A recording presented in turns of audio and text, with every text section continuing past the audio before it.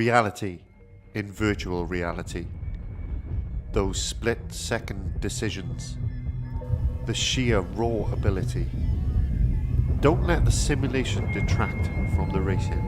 This is racing. This is FDSR.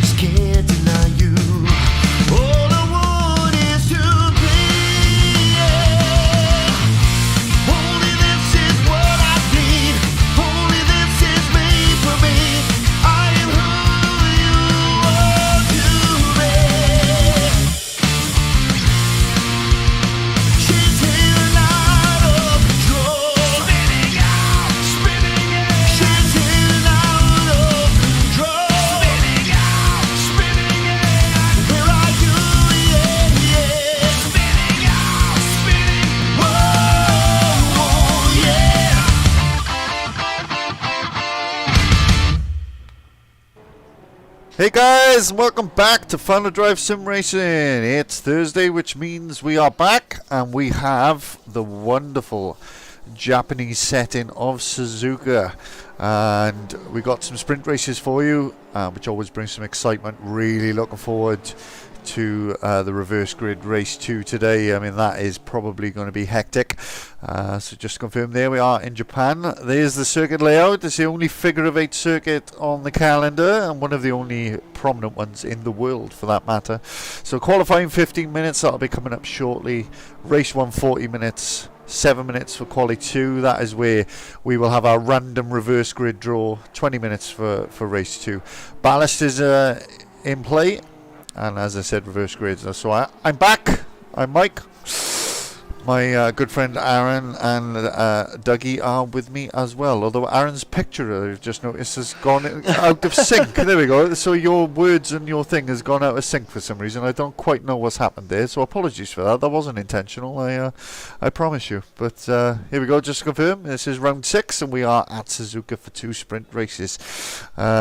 Yeah, really looking forward to today. Really exciting stuff. So, first of all, first thing from me is an apology because I don't have the highlights for 2 Sprint Tuesday. Unfortunately, there's been a slight mishap with regards to my computer saving the replay, and it basically didn't. Long story short, so I didn't have any footage to go over and do a highlight reel of, which is a bit of a shame. But I can show you the tables because I've updated those. So Lloyd with a reasonably commanding lead on 431 points as it stands. No, actually, I don't think that is the up-to-date one. I think for some reason it's reverted back to the old version, which is not good enough. It's absolutely not acceptable. So if you give me just a moment, I will see if I can get the newer version of it. There you go. Lloyd with 524 points. Adam Foster with 490 points. Adam's been taking some victories and pulling himself back into play for this little 2 Sprint Tuesday Championship. I had an absolute disaster. Aaron didn't manage to race this week because you had a life, which is totally unacceptable as well. How dare you? But yeah, absolute meh from me. I mean, I can't say how much I love Suzuka, the history, the F1, the drama, the layout of the circuit, how it is to drive, everything. I love it. But I'm just colossally crap around there. Absolutely crap. So yeah, that was my week. Yeah, I've pretty much stayed where I was, and yeah, barely moved forward. But you actually gained 44 points, Aaron, because it became your dropped score. So therefore, your previous worst score was 44 points. So you have got 44 points more than what you had the week before. So not all doom and gloom for you, mate. Not all doom and gloom. Woo! I did nothing, and I've come out better for it. Exactly, and you're on the verge of the top 10 now, just a mere 32 points away from Bart Tonks. So it's all to play for, my friend. I'm coming for him. You are indeed. So I'm assuming the same has probably happened with these tables. So let me just reload them, because I think for some reason it's reverted back. No, that one was okay. So this is the main table then for the main league. So we are, as you can see there, Alex Kingston top of the table on 279 points. Drop scores have kicked in now. We had our double points last week, and Adam Foster had a nightmare, didn't he? And he really needed that double points finish to be really strong for him, and I think he finished outside the top 10 in the end, didn't he? Just not his week. Nope. Yeah.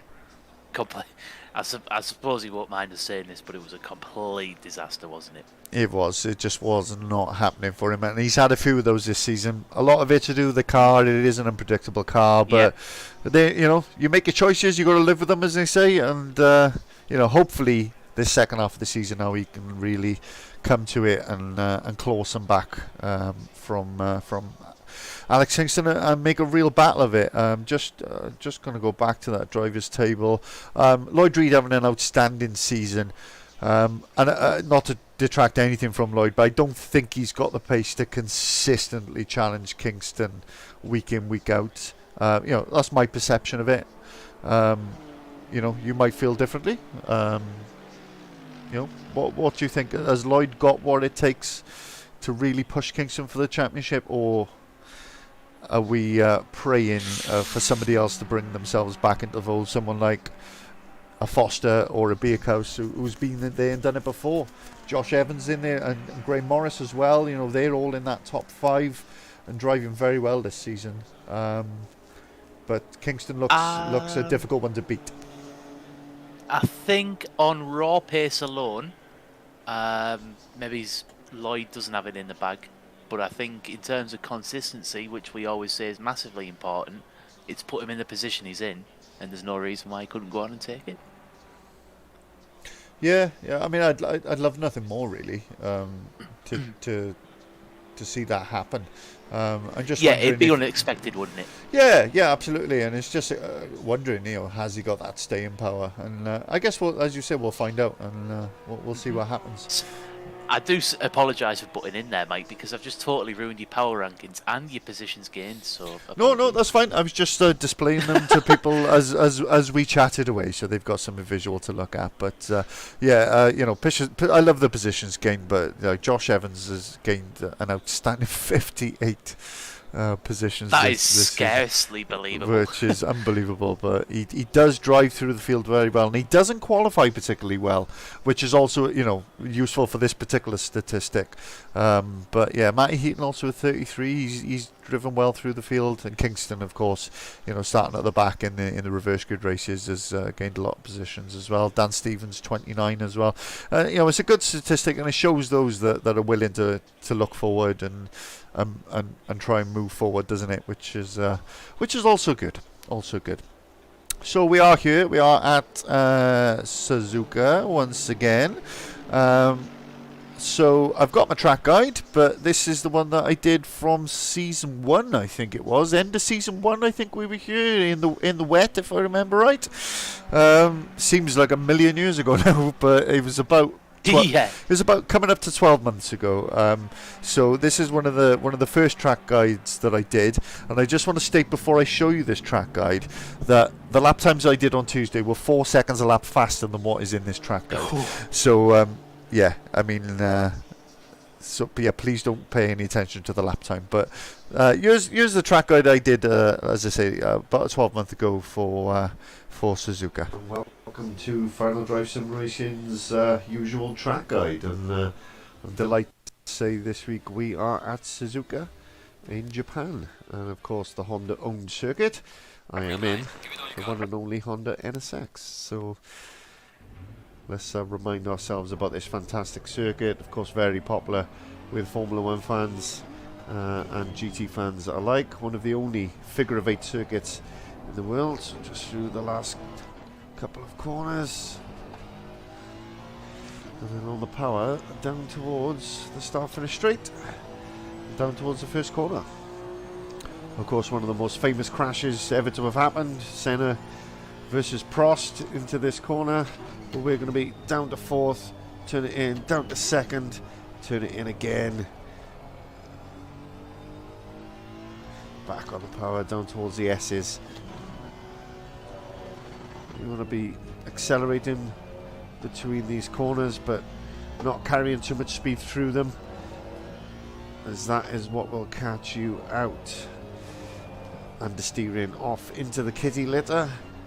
Up to third, patiently on the throttle when the corner opens up enough that you can floor it. Down towards the Degners, down to third, throw it in, back on the power, down to first, throw it in, back on the power, and up towards the hairpin. Hard on the brakes, down to first, around it, and back on the power, and you'll stay on the power now until the next hairpin. Despite some of these corners being quite tight, you can take them at full throttle as you accelerate up the hill towards the next hairpin. And you want to be down to second, turned in, and then you've got to be really patient through here as this corner tightens and tightens, and it's so tempting to carry too much speed through Spoon. And again, run out wide, but it's a really tricky one to get right lap after lap. Then you've got 130R, named so of course because of the degrees of the corner, as in if you had a protractor at hand.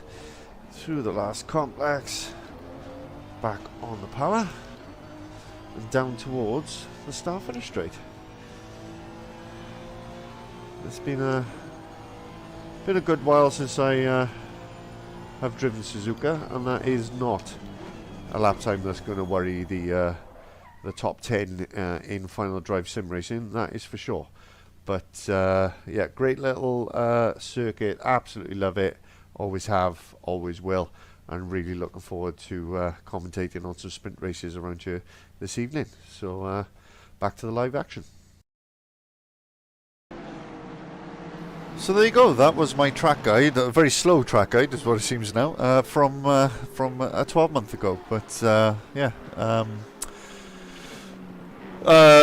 iconic, isn't it? I mean, I'm trying to think of a word to describe it. I mean, iconic seems like a good one, Aaron. Yeah, I mean, take us through, you know, your thoughts, your memories, your likes, your dislikes about Suzuka. I find it very hard to find anything to dislike. It's such a driver's track. I suppose another good word would be historic.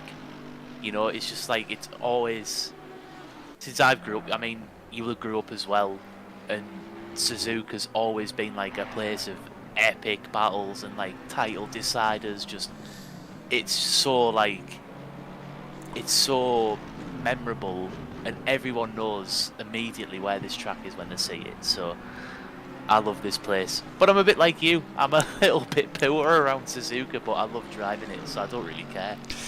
Yeah, I'm the same. I mean, this is literally what it was like Tuesday for me. Is like I practiced on my own. Nobody was in the service Sunday. I had a couple of hours, so I went on. I practiced, and I practiced on my own for about an hour and a half. And I wasn't particularly quick, but I was consistent. And I qualified reasonably well. Quicker, you know, I was getting quicker and quicker all the time. And by the time I got into race one, I was down in the 201s. Which, nice. You know, it wasn't going to trouble, you know, Adam Foster or no one, but yeah, it was I was competitive, and all of a sudden the car just became undrivable, and it was just driving like a complete pig, and that's no pun intended with it being a Porsche.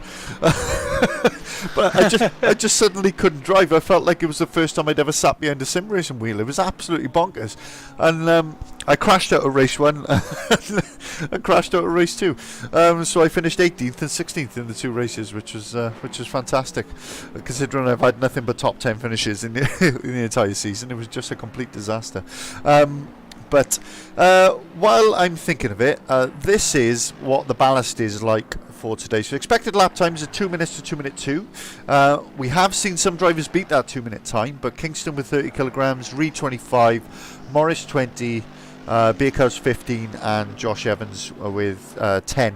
What kind of impact does ballast have on these types of cars on this type of circuit, Darren?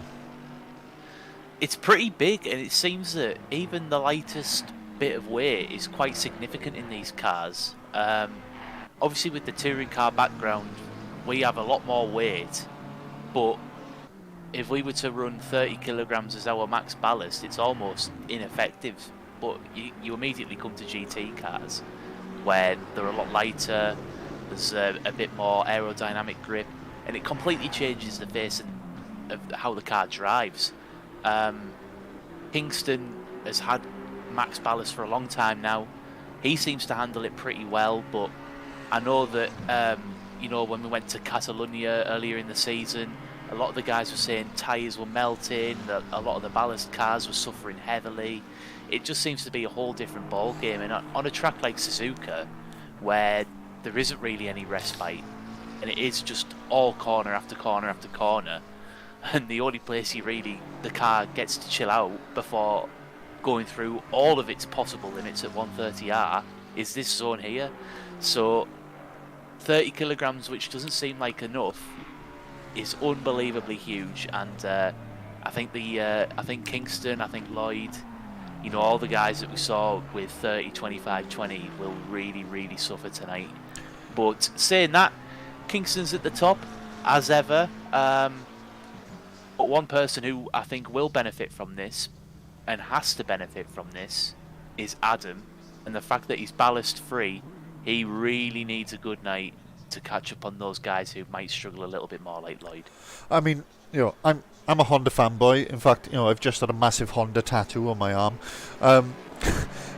It's a Honda-owned circuit, so I want to see a Honda win. It's nothing to do with Adam and such. Not that I don't want him to win or do want him to win. I'm impartial on the matter.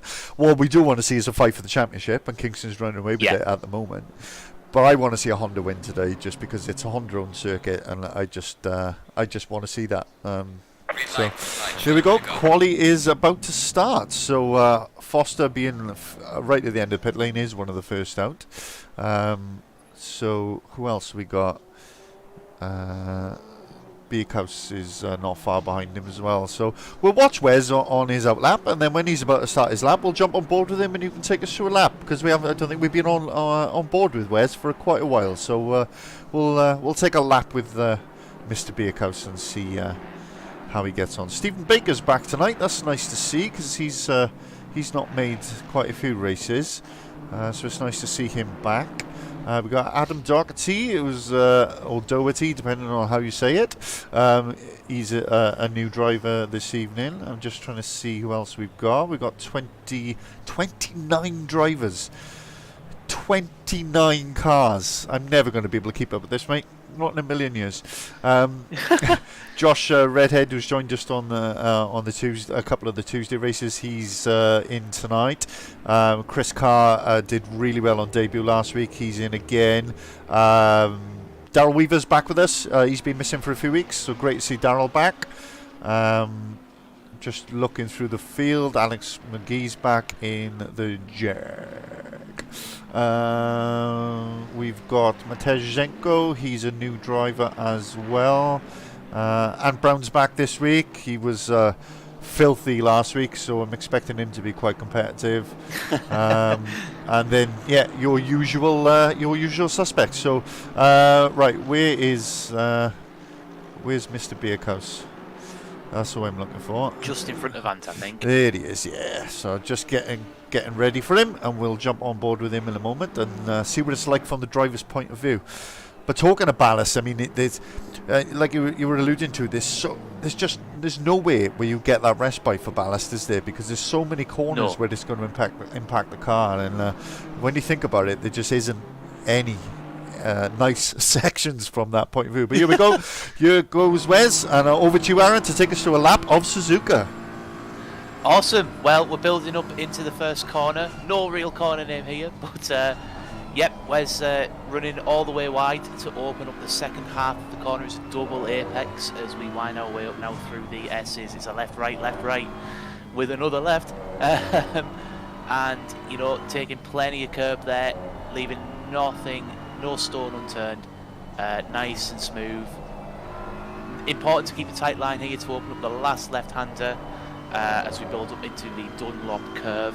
Very easy to run wide there and dip a wheel on the grass, but doesn't look like a problem for Wes.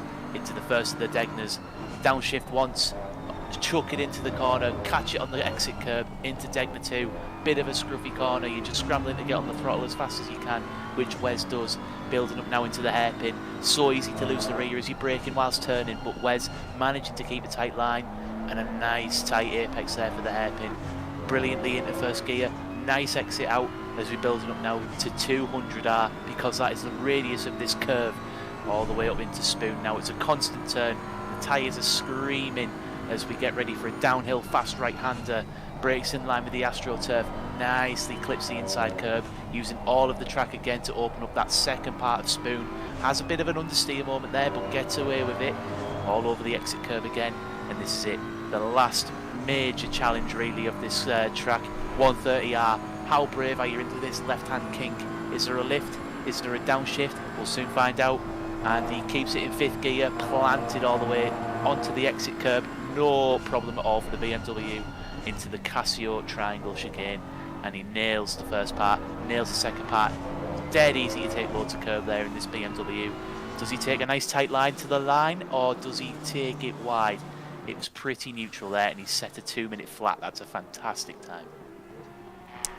It is. It was 201 from Wes. Sorry, it was Foster that flashed sorry. up. No, Sorry, I agreed with you initially, and I thought no, actually, that was Adam's time. So it's a 2 flat from Foster, and Brown nearly a second behind, and Wes 1.1 behind him. But yeah, nice clean lap from him. But clearly, there's still some time in the bag for that BMW to improve. But the BMW does tend to get stronger, sort of lap 2 or 3.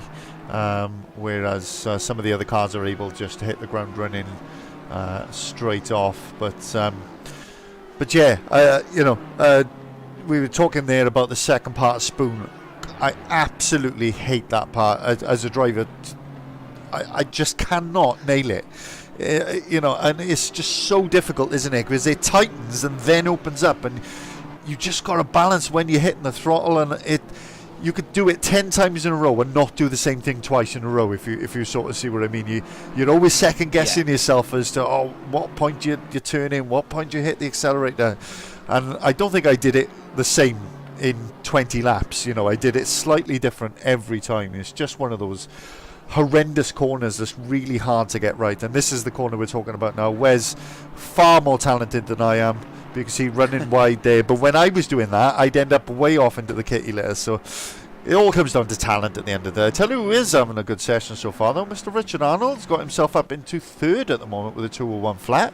Great lap from him. The Honda looking nice and strong around here, which is very pleasing for this Honda fanboy. Ooh. And Josh Evans. A new driver into the 59s, the first into the 59s, Josh Evans, the Welshman. He was very strong on Tuesday, finished race 1 second behind Foster, but finished less than a second behind Foster. Just didn't have enough pace to make the overtake stick. So I think if he can qualify on pole and stretch his legs a little bit to the front, he could be a race winner here today. The McLaren, in general, not very strong, but in the hands of the young Welshman, looking very, very good indeed.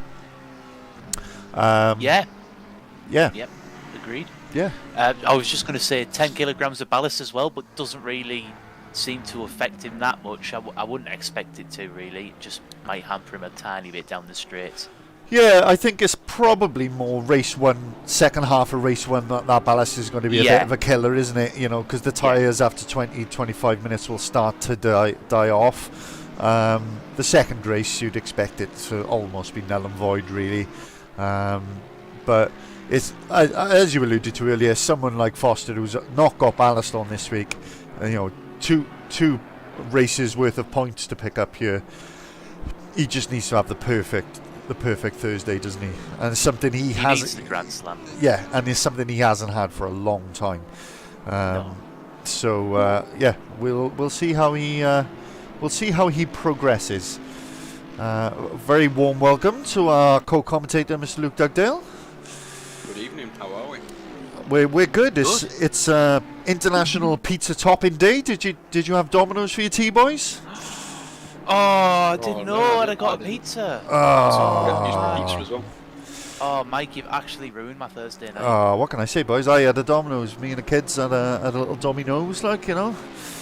I'm going to have a Domino's after this, like. I think I'll probably order one. Yeah, get it done now. Other pizzas are available. Yes. No affiliation is made with Domino's Pizza. Other pizzerias are available, whether they be of the local variety or other large chains like Papa John's. So another faster Do you slap. know what, Mike? The way you said that, it was as if it was like Pizza by Chris Rea. Pizza Rea. Foster has taken provisional poll. He's done a 59.8. The dad jokes back, guys. Don't worry, we'll be here all night. Lloyd Reed up there in third at the moment. Thomas Denman, a surprise fourth. And I say that, you know, he's been sort of top 10, but he's certainly not been top 5 pace so far this season. So great to see progress from the Ferrari man. Another young Welshman there.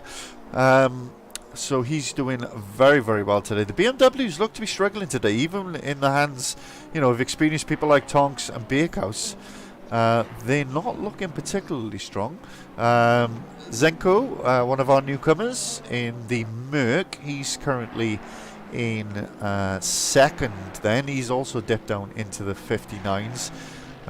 Just, you know, if you're unaware, guys, the 59. A 159 around here in a GT3 car is nothing short of disgusting. So I just wanted you to be aware of that.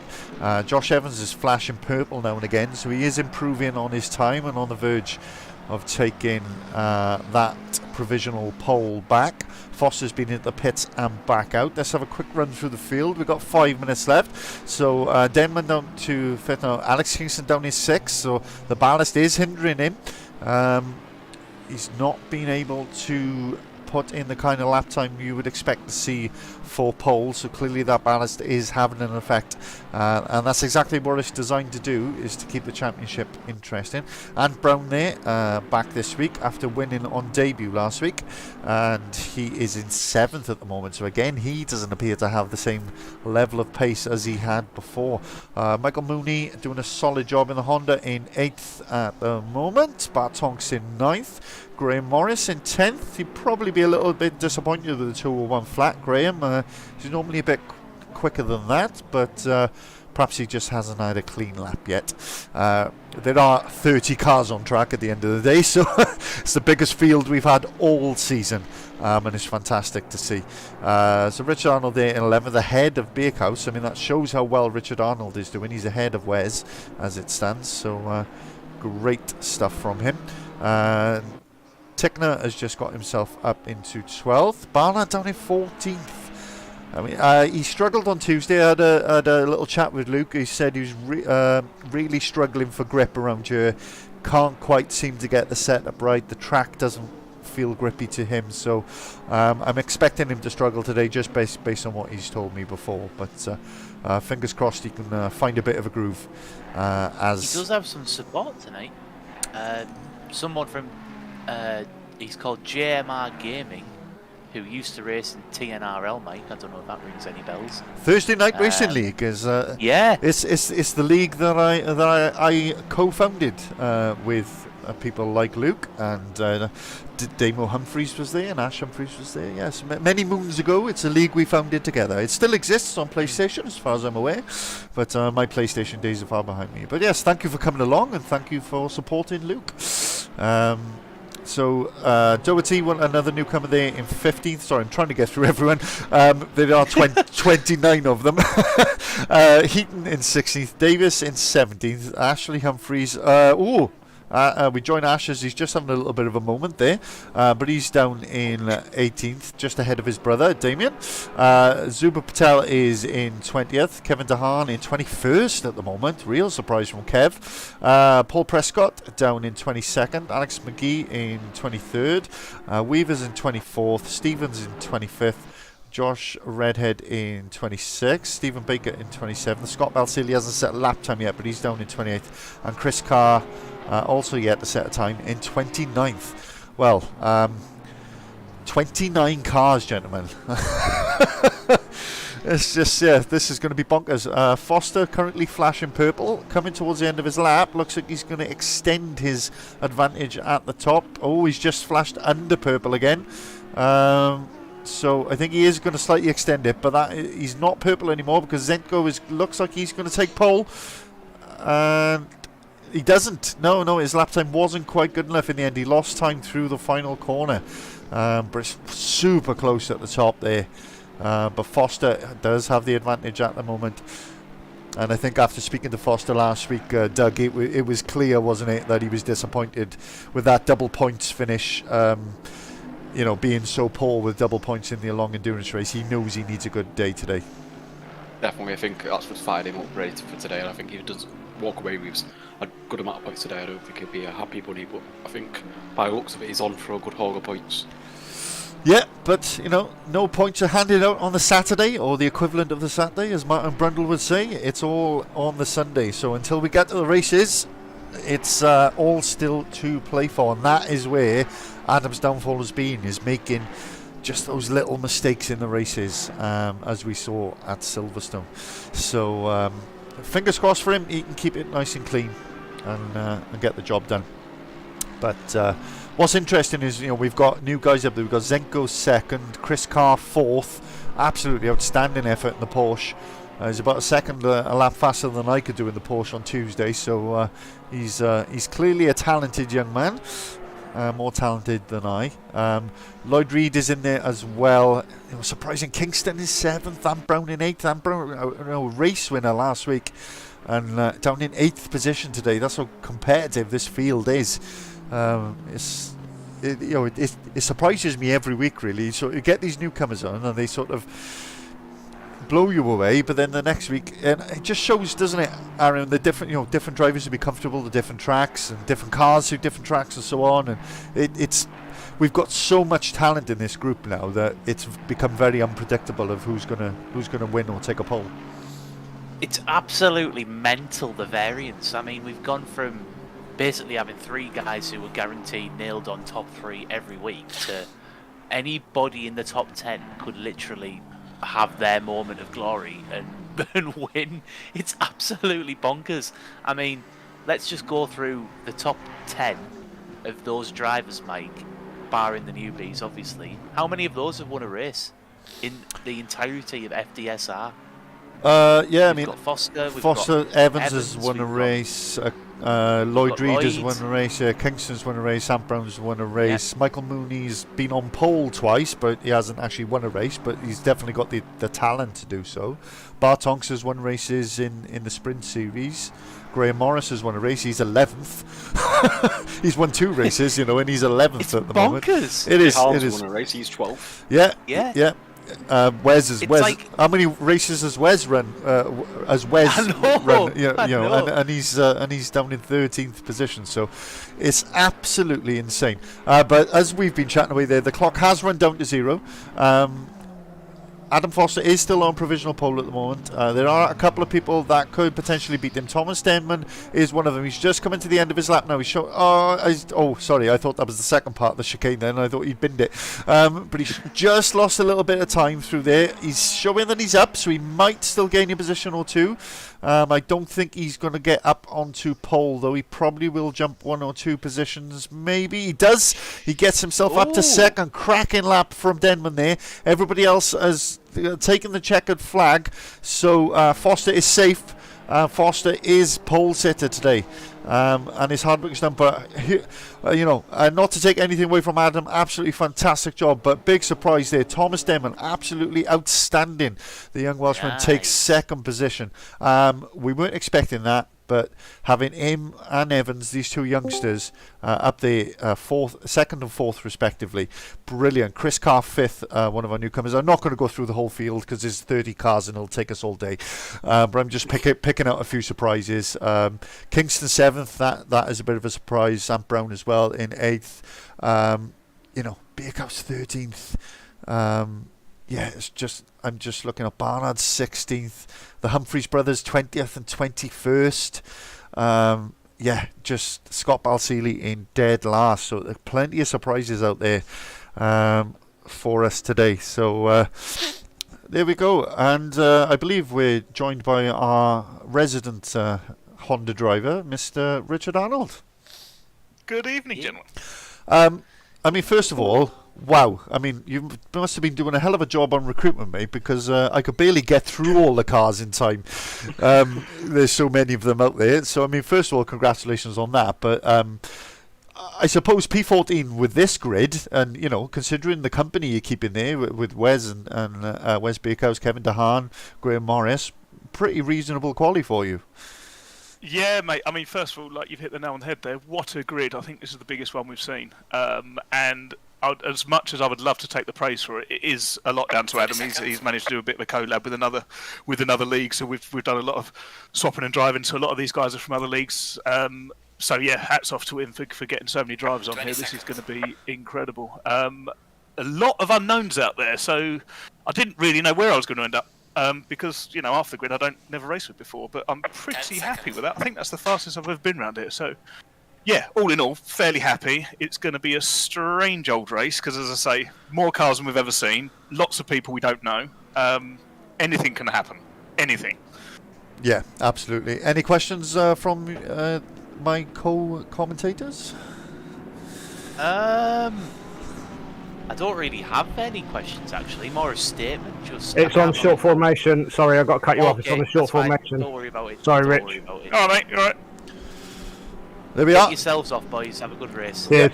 Looks like I've got to run away. I'll see you in a bit. So it's on short formation. We've just heard that was race control there, or Adam Foster, as he's also known. Zero panic in his voice. No panic at all. He's accidentally put it on short formation lap, but that is easily done. Cool as a cucumber, yeah. That's one way to put it. So got Weavers' stream in the bottom left. He's towards the back of the pack, so we should be able to get a bit of a view of both ends of the field here. So here we go. We're just waiting for that green light now, and we can get going. There it is, green light, foot flat to the floor, and away we go down to the first corner. Foster coming down to the first corner with a couple of Ferraris. I'm like, oh, the two friends there coming really, really close together, but they've really, really done a good job of racing through that first couple of corners without making any contact. But it is Demon who continues on in second position. Foster busting a bit of a way. There's a crash in the background, and that was Michael Mooney and Richard Arnold making contact according to the timing screen. But we're going to just stick with the live action for the moment, and just see if anything further happens from it. It doesn't look like anything major is going to happen, so we will just take a look at the replay. We're going to go back and see if we can see what happened from Mooney's point of view. We're still watching the live stream of Weavers. Looks like one of the cars gets on the grass and presses the gas pedal and it fires him across track again. Yeah, so we'll take a look at that now. Then this is the replay of the race start. I'm not sure if it's going to actually have enough time on it for us to see it. Hopefully it will. So it looked like there was a bit of... I think it's Morris who's involved. I think it was his Ferrari that went speeding into the wall. It was Morris. Yeah, Morris. Morris hit Tonks, and then Tonks came back onto the track. I'm not saying that it was intentional, but he came back onto the track in a dangerous manner. I'm sure it was an accident, but yeah, and that is what happened. So Zenko has managed to get past Denman while we've been watching the replay of that race start. And Evans passed Denman as well. So Denman down to fourth now. A little bit of a disappointment. Oh, and Brown way off in the background there. He has disappeared, and he's got to be very careful about coming on to the track that way. But he's survived to fight another day, but he's outside of the top 10 now. So Foster crossing the line in the first, Josh Evans up to second, Thomas Denman up to third. Now Zenko has had a bit of an off. I'm not sure exactly what happened there. Let's just take a look and see if we can see. So this is Zenko. Oh, Zenko just goes off in the final chicane. and made a right hash of it. So him and Ant Brown both having a bit of a disaster into that final chicane in the opening exchanges. So that is what we missed there. Thank God for live action replays, eh, gentlemen? What a lifesaver they are. So Reed and Zenko having a bit of a ding-dong as well and battling away with each other. So here we go. Foster then has a very slim lead over Evans, who's just ahead of Denman. They usually race in the same house, Evans and Denman, from what we found out in the past. So I'm sure they're sat next to each other, swearing at each other right now, saying "Get out my way." No, I'm sure it's all friendly. Chris Carr then in the Porsche in fourth, and Zenko in fifth. Lloyd Reed in 6th at the moment, being chased down by Kingston. Both of these guys got ballast. Kingston slightly more than Reed, but only just, as they are 1-2 in the championship. Michael Mooney in 8th then in the pink Honda, and Kevin DeHaan up to 9th already. Wes Bierkhaus up to 10th, and Brown down 11th now with that little off. That rounds out the top 10 and just outside for you. Just looking for any other highlights. Most of the drivers have stayed where they are for the most part. Made a bit of a pass on his live stream. Oh, there's a big accident there. Moment. Big accident We're going there. to see it on Weavers in the bottom left corner. We're going to see it on his stream. Yeah. So we'll just take a look at the replay of it. So there's a mistake there from Dan Stevens in the McLaren, and then he takes out Prescott, as Prescott, not intentionally, just bounced off the barriers basically and took Prescott out. So that is what happened there. Just jump on to Mooney's stream. Josh Evans setting the fastest lap at the moment as we watch Prescott make his way to the pits. He's taking a slight shortcut, but I can't say I blame him with his car being in that state. Darren Tickner is up to 12th. He overtakes Adam Doherty for that position. Lloyd Reed and Kingston are having a bit of back and forth here. So let's just take a look. Silverstone continued. Yeah, so you can see this side by side going into turn one. Wow. Proper commitment from the two of them. Great side by side driving. And Reed just had the inside then for the start of the S's, which of course was always going to give him the advantage there. And I think Kingston would have been a brave man to try and hang it around the outside of there, wouldn't he? It's not the easiest place. The contact. Yeah, exactly. But yeah, I mean, as you alluded to there, it's just carrying on from last week, really. These guys proper close together. Equal machinery, of course, which means there is no advantage other than the quality of your right foot. Let's put it that way. But Mooney, right on the back of these, while they're battling away as well. So proper close throughout the field. This is, as we say at the top of the show, a 40-minute sprint race, and that is only 20 laps around here. So that's not a lot of laps, really. You can quite easily get lost. And lose quite a few positions for it. Ant Brown managing to get ahead of Bierkhaus, who you just see there, and up he goes back into the top 10 after his mistake on this exact corner on the opening lap. Just looking through now to see, there's been some white flags flashing all over the place. Bart Tonks into the pits, that's why there's quite a few people showing that overtakes have happened. But Alex Miggy gets up past Ash Humphreys, so he goes up into 19th position. Ash Humphreys down to 20th.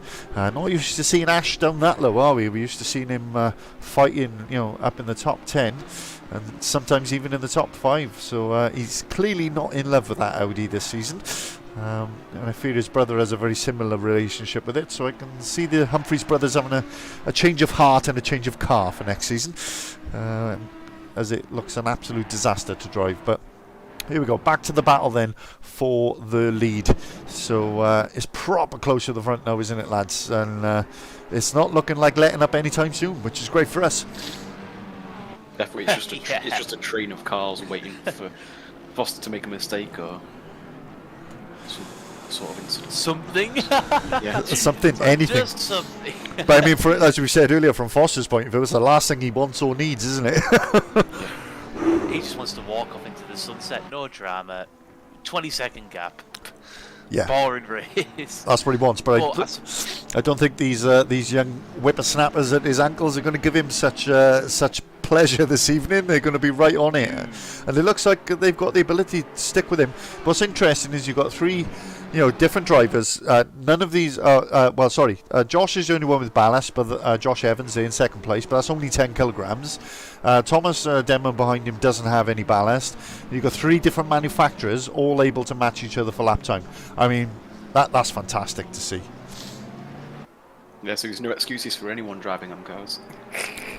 Yeah, Mike and me. That's us told, isn't it? Hey, I'll have my lack of talent scrutinised at another time. Thank you very much. We haven't got time for that now. See, car in P4 just tells us everything we need to know. I love that we're getting stick from the guy who doesn't even turn up on a Tuesday and race with us. Oh snap! Oh snap! Oh snap! But back to the important stuff, obviously. Zenko, who was particularly quick in quali, but didn't have the best start of the race. Oh, Josh Evans is up! Josh Evans has had a little off there. Let's just take a look at the replay and see if we can see what has happened to him, because he was running in second. Here he comes, following Foster down into the first couple of corners. And I'm assuming he's had an off through the S's or something, because he's not in second anymore. In fact, he's down in fifth. Oh, just a snap of oversteer there, mid-corner. And that has cost him 4 positions. Just that one little mistake. And that shows just how much it costs you. Consistency, I know we've said it before, but consistency is just so key on this software, isn't it? And particularly in this league. You can't afford it. That one mistake has lost him 4 positions, and all he did was lose the back end for what, 0.2 of a second. Especially when it's this close as well. Like, consistency is important anyway, but when you've got cars this close together, it's a big loss from such a little mistake. And especially in a sprint environment as well, where there's just even less time to recover that mistake. And is it the top 5 that can't qualify? So even on the fringes of, it's Drew Random, isn't it now? Yeah. It's a minimum of top 5. It's at least the top 5, and anything up to the top 10, depending on what I draw. Yeah. So really, you want to be finishing as close to. I mean, I know it's a given anyway, but if you're not quite on the pace of the leader, you want to try and ultimately finish as best you can, in the hope that when you get your reverse grid draw, you're not actually punished that much. So just a painful P5, really, isn't it? When you could have had a P2, P3. Yeah, absolutely. So this is the view from Kingston, who's still sat on the back of Lloyd Reed. I'm pretty sure these two are sick of the sight of each other. You can see how much Reed's car is sliding around in front there, couldn't you? Particularly through the S's there. The back end getting proper lively. It's a proper challenge for these guys with ballast to be able to do it lap in, lap out. It's certainly not easy for them. That's what it looks like from the back of Reed's car then, with Kingston chasing him down. This not a sight any of these drivers want to see, because he's been a formidable force since he joined the league at the start of last season. Of course, winning last year's championship as well. I think there's been some contact between Arnold and Barnard, so let's just take a quick look here and see if we can see what has happened. Here's them coming through what I think is the S's. Just waiting to see the incident. He's ran wide. Drum roll, please. Yep. Yeah. He clipped the grass. He did, and then Barnard wasn't expecting him to be as slow as he was, and hit him in the rear. Easily done. We've all done that, but in fairness, he backed off and let him have the position. And hey, stop laughing at being hit in the rear, you. I'm laughing at Dom Enkel checking in, calling himself Ted Brundle. Welcome back, my friend. Welcome back. Oh, proper wide there from Kingston, and that's what we were talking about, Aaron, wasn't it? Pre-show, is that the ballast. You can see how wide Kingston run there through 130R, and that's what's going to happen to these guys with ballast, isn't it? Because the front tyres are just not going to stick with it. No. I'll tell you what would be interesting to know, exactly how the sim simulates ballast in the car, as in the position. I'm just wondering if there's an actual area that it allocates the weight to, or if it just generically increases the weight of the car. I would imagine, I mean, based on the realism they've put into this, specifying GT racing, and the tyre models and everything have all been so, like, meticulously designed that it's probably wherever they put it in real life.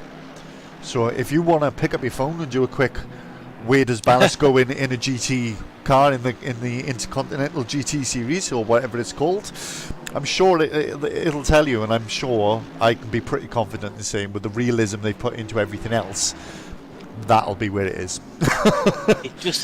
I suppose where I'm going with it is, it just makes me wonder if there's a certain type of car that handles ballast better than others. Yeah, well, it depends on whether they put it in a generic place or whether it's different for front engine cars and rear engine cars and mid engine cars and whatever. So, no, it's a very good point. I don't know the answer to it, but if anybody does, please put it in the chat, or if one of my co-coms can be bothered to Google it, then Google it. But it's it's Ted Brundle. It's getting proper close now, and Zenko, I think, has made a mistake going into Spoon, but it's actually given him a better exit. He made a mistake going through Spoon and ran off, but it's given him a longer run down the straight, and of course the Porsche isn't fast down the straight anyway. We're aware of that, aren't we? Yeah. And it actually was to his benefit. So he lost the position, but he had a better run all the way down that and then into 130R. So it's actually allowed him to keep the position, if anything. But there we go. So Foster running away a little bit now from Thomas Denman, who's doing a fantastic job at the moment to hold on to second place, as we see Chris Carr and Zenko battling away in the background there. Kingston and Reed still battling away as well. And Josh Evans has struggled a little bit to get back on top of the car after that little accident. Will have had dirty tyres for a couple of laps as well after that little trip onto the grass. It takes a little while to clean them up. Oh, and you can see how much quicker the Porsche is through the S's. I mean, that was unbelievable, wasn't it? And I'm sure you found that at times as well, Aaron, is like the Porsche is fast in all the wrong places of the circuit. Yeah. Oh, man. It just gives me so much pain. It's a shame, really, because it's such a gorgeous car to drive. But hopefully, after the next update, they'll bring the BOP back into line and it'll be more competitive. So we'll stick with it for a bit longer and see how we get on. But back to this battle then. We pray for P7. We do pray. We do pray indeed. Humphreys and McGee are still going at it. Shows that there's been an overtake. Let's just take a quick look and see what's happened. Humphreys off the circuit, and that allowed McGee to get past. So that is what it was, which is a shame for him. But we'll just pop back to the battle between Kingston and Reed. So the battle for 6th place, the closest battle we have on circuit at the moment, apart from the one we just left. It's decided to skip back to that one. There we go. Back to this one. It's still proper close, though, isn't it? Which is great. There's not a lot of big gaps out there. There's lots of cars really, really close together, which is really what we need, Doug, isn't it? Otherwise, it can be a bit of a slow go. But this is proper entertaining so far. Definitely, you always want to see a bit of action. Obviously, you don't wish for incidents or anything like that, but you like to see close battling, hard battling. It's always exciting to watch from a perspective. Anyway. It is. Graham Morris picked up must have been quite a lot of damage from that early accident. It did look quite severe, didn't it, when we saw it? So he's had the pit, so he's down in 26th. Dan Stevens was also involved in an accident. He's in 27th. Balsillie in the pits and Tonks in the pits as well, which is a shame. Heaton down there as well in 24th. Darrell Weaver's in 20th. So these two side by side again, proper close. McGee giving that Jag an absolute battering up there, trying to keep himself ahead of the Audi of Ash Humphreys. And hey, doing a good job to battle him. Good job. Yeah, absolutely. Jinx. Jinx indeed. Make a wish. But no, doing Porsche to be good. Porsche to be good. doing a great job. Porsche to be good. Right, it's proper close now between Dahan and Brown. And Brown just getting up past him and gets himself, we just caught that through the hairpin, and up he goes into 9th now. And we're still watching. I don't think that's the end of that move though. It could oil down into the chicane this. It could well do. It all depends on who gets a better exit out of Spoon 2, and the BMW of Wes Bakehouse closely following them through as well, trying to get a nice slipstream.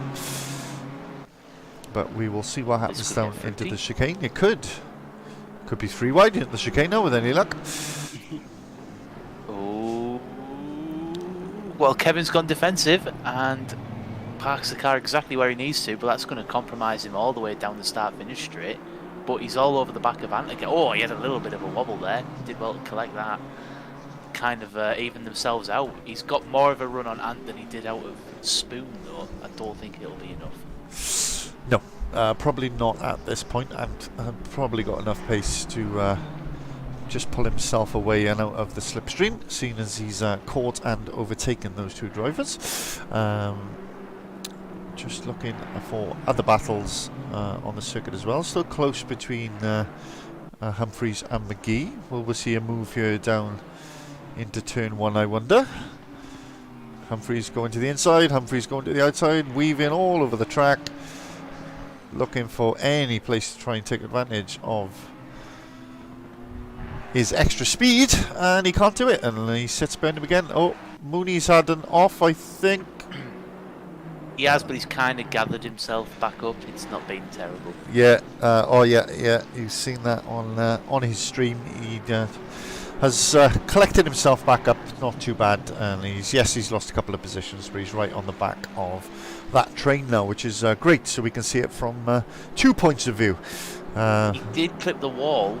I'm just watching it because I've got the YouTube side by side. He had a little bit of a moment on the edge of Dunlop, coming out of the last of the S's.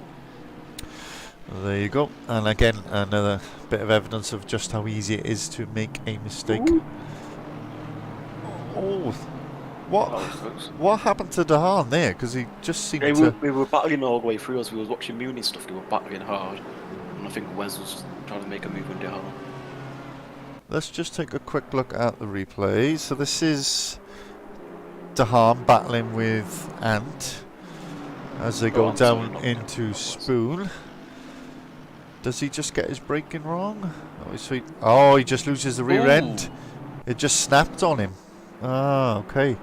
That is interesting. So we've seen a couple of drivers have just those strange snaps, because that happens to Josh Evans as well, didn't it? Oh, Denman's had an off. I don't know what's happened, but he's had an off. Let's see if I can take a look at the replay and see if I can go back and see what's happened to him. So he's still following Foster at this point. I'm wondering if the replay, I don't know if what I've got is going to have caught it. Oh yeah, he did. I bet he got greedy on the Astro, but that thing looks broken suspension-wise. Yeah, it's slipping around all over the place. He's now down to 10th, so he's going to have to stop. But yeah, it looked like that was the start of what looked like him going way wide through 130R. And that car is undrivable. Oh, and he's taken out another Ferrari. Tickner. Oh, Darren Tickner, just an unfortunate passenger there. And Tickner will come back on, but he's also going to have tons of damage now. And Denman straight to the pits. Oh, absolutely devastating for the youngster who was doing so well in second position. And again, another evidence of just that one little bit of a mistake. And it's all game over. So he's in the pits now, and we'll have to wait for race 2. Big shame for him. So it's showing him in first place at the moment because he's teleported to the pits rather than driving to the pits, because that car was undrivable and he'd already caused one accident from trying to do the right thing and drive to the pits. So he's done the right thing and teleported. So Foster the leader then now, and it's Matej Zhenko who is now up into second place. Chris Carr currently in third and in a podium position, but under tons of pressure from Josh Evans, who was running in second until his accident. But luckily for him, he was just a little run off the track, and he lost a few positions, but he has lived to fight another day. Still going on then, 5th and 6th for Lloyd Reed and Alex Kingston, those two carrying a lot of ballast. Ant Brown then, who had an incident very early on at the end of the first lap, still holding up Bakehouse, and then Dehaan just a little bit further back. Luke Barnard has kept his nose clean, got himself up into the top 10 now. Other than a little love tap to Rich Arnold, that is all the action that came his way. Just taking a look at Weavers' stream there, just a little bit of a change of view, see how Darrell's getting on as well. Rich Arnold and Michael Mooney just outside the top 10. Let's have a look on who's gained the most positions so far. We've got 16 minutes left of this race yet, and still plenty of action to come, I'm sure. But biggest gainer so far today is Alex McGee's gained 9 positions, so from 25th up to 16th. So nice. Yeah, and doing really well as well to battle and hold off Ash Humphreys, who's a very experienced racer. And has won races in the past as well. So, is there any surprises so far for you, Mike, in the field? Anyone you thought, wow, I didn't expect them to be up there? Let's have a look. I mean, and this is nothing against Chris Carr himself, but probably Chris Carr because of the Porsche. You know, I mean, I found it. Like I said, I'm not as talented as these guys. I don't claim to be, but I found it such a difficult car to drive around here, and with its lack of straight line speed, I thought perhaps it would struggle. But I mean, you know, he's all right. He's not on Foster's pace, but he's certainly got enough pace to hold his own in third there at the moment. That's a bit of a surprise in terms of being high up. I mean, all the ones that are low down really are from accidents, aren't they? People have gone off or had a crash, but.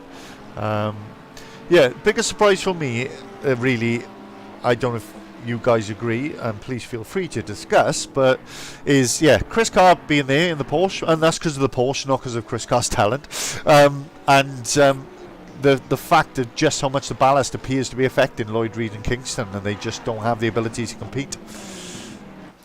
I'm glad I asked you, because I was thinking the exact same thing, but I wanted to set you up for you to do it, and you've said exactly what I would have said. So now I'm a happy guy. Completely agree. I mean, we are... I wouldn't even say that we lack talent. I think we just lack seat time, but even so, the amount of skill to fling that Porsche around and have it in third is just unparalleled. I can only imagine what he'd be like in a Honda or in a McLaren or in a Ferrari, you know. So Chris Carr doing a stellar job. I think it might be a matter of time before Evans sneaks past, but I am also surprised at Lloyd and Alex in 5th and 6th, you know. I don't know why, I just didn't expect that at all. So no, I mean, we've sometimes seen with ballast, haven't we, boys? You know, Doug, I don't know if you agree, but we've sometimes seen with the ballast in this league, it's different to the touring cars, as Aaron said earlier, but we've sometimes seen it just balances it between the drivers who have ballast. So, you know, if Foster's only got 15 and Kingston's got 30, it'll make Foster faster than Kingston, but it won't necessarily make much of a difference otherwise. But here it appears to be having the effect that it's actually making, you know, the people who don't have ballast quicker than them, which is kind of what it's designed to do in the first place. yeah, I would agree with that, because we've got, like, on the touring car league, anyone who's got ballast is struggling, whereas even though these guys who are carrying ballast are still in, 5th and 4th, you're still doing well, as you were saying, kind of balances out the people who are with ballast, kind of thing, if that makes sense. Yeah, but here it does seem to have brought, you know, people like... Yeah, it has good touring car effect, I suppose, doesn't it? Yeah, because like Zenko and Chris Carr, you know, have come into play. but it's not to the point where they're completely uncompetitive and finishing in 15th. So it seems to be the right balance of ballast. So, again, just my opinion, but just to remind you of the ballast people are running there.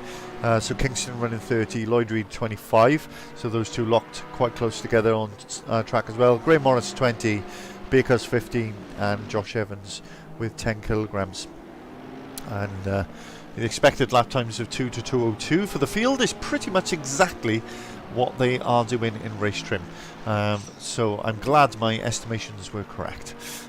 Just checking through the field, there aren't any particularly close battles further back. There's been a lot of carnage.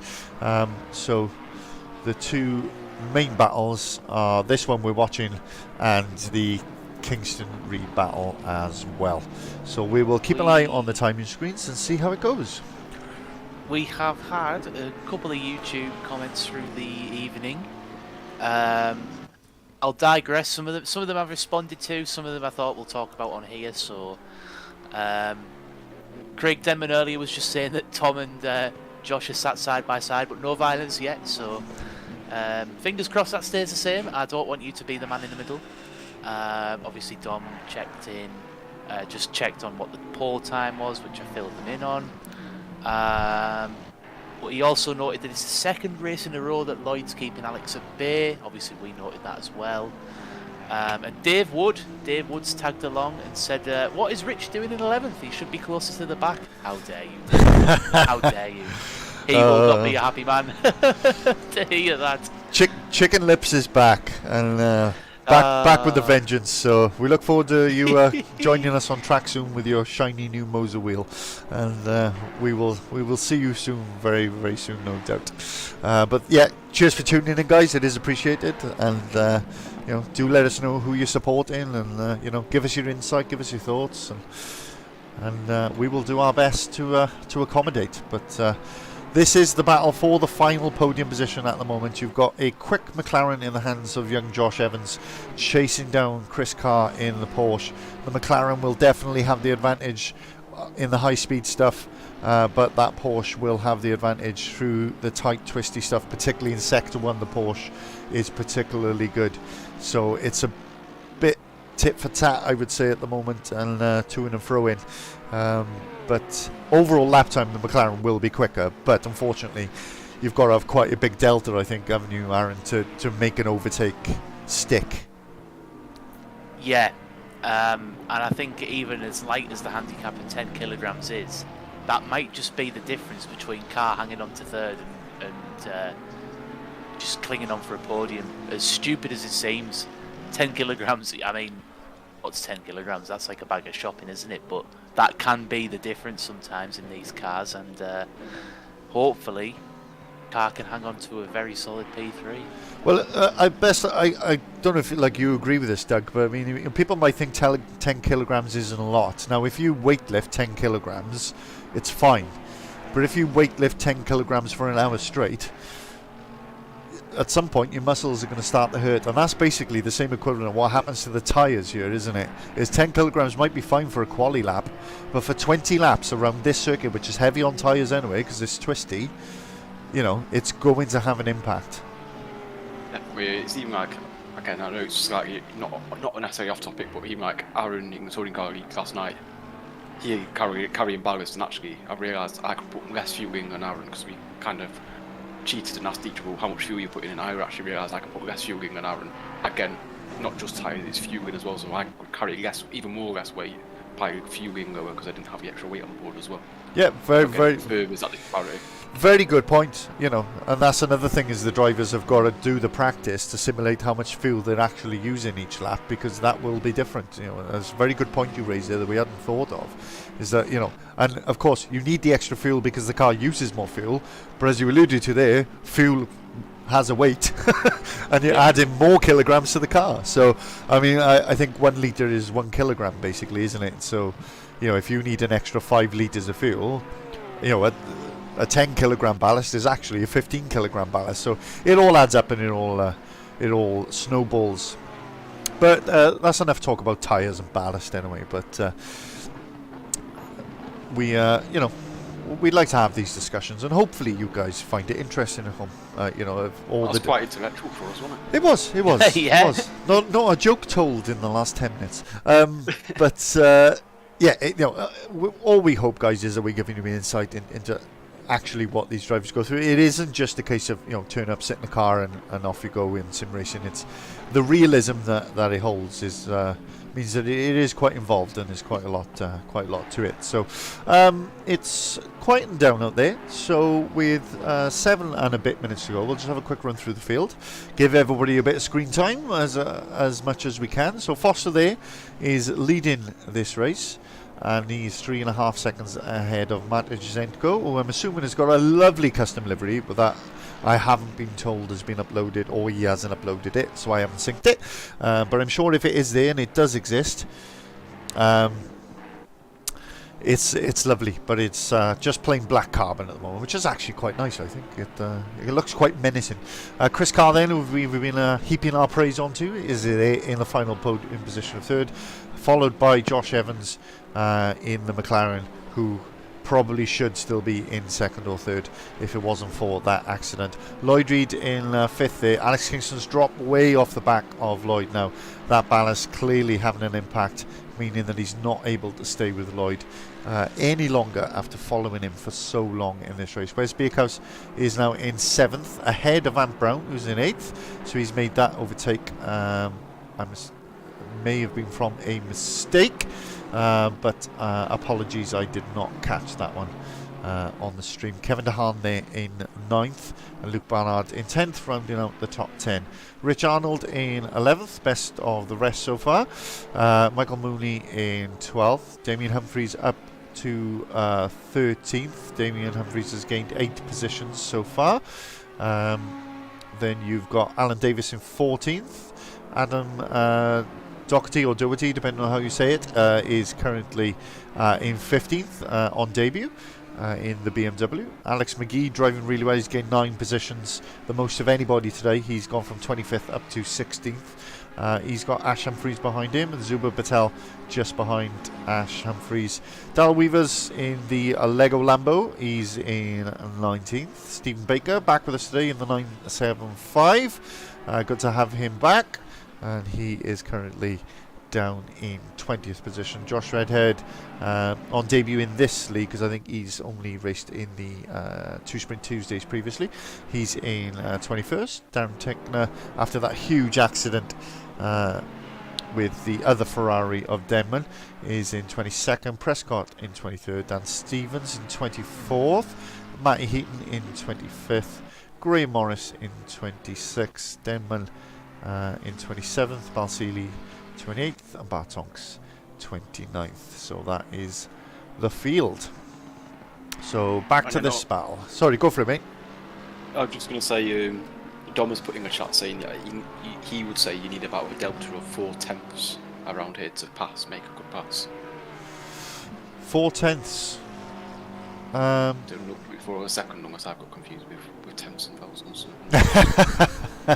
Yeah, it's 0.4 of a second. Yeah, 4/10. Yeah, that's interesting. Oh, thank you for that insight. Yeah, it's interesting to know. Surprisingly, you'd think the McLaren would have that kind of an advantage. I mean, their lap times have been matching each other lap after lap, but that said, obviously with one car following the other and holding the other car up, it's expected their lap times would be pretty similar. Yeah, I suppose it's kind of stunts the lap time. It does, yeah, it does. Sometimes stunt the lap times of the faster car behind, but that's where you've got to be faster in the right parts of the circuit, and I fear that Evans doesn't quite have enough speed in those parts of the circuit to really make a big difference to him. But he's nearly a second and a half. Ooh, so we've gone wider. It's just back marker, I think. It's back marker. Yeah, got too excited. You did. You pulled a Murray Walker. But yeah, just letting a back marker letting them by. So eased off a little there. Proper close between the Honda of Alan Davis and Adam Doherty on his debut. And nice and close. We'll keep an eye on these guys, see if anything comes of it. It's always nice to see people doing well on debut, isn't it, Doug? And particularly you know, in Yeah, I in think- different cars and things. Yeah, definitely. I think it's nice to see someone doing well and also being close, because I know some people join a bit scared to get involved. But it's also nice to see the opposite end of the spectrum where we're happy to get involved, but we're getting involved in a good way and not causing incidents, not causing issues, and making a good start for themselves.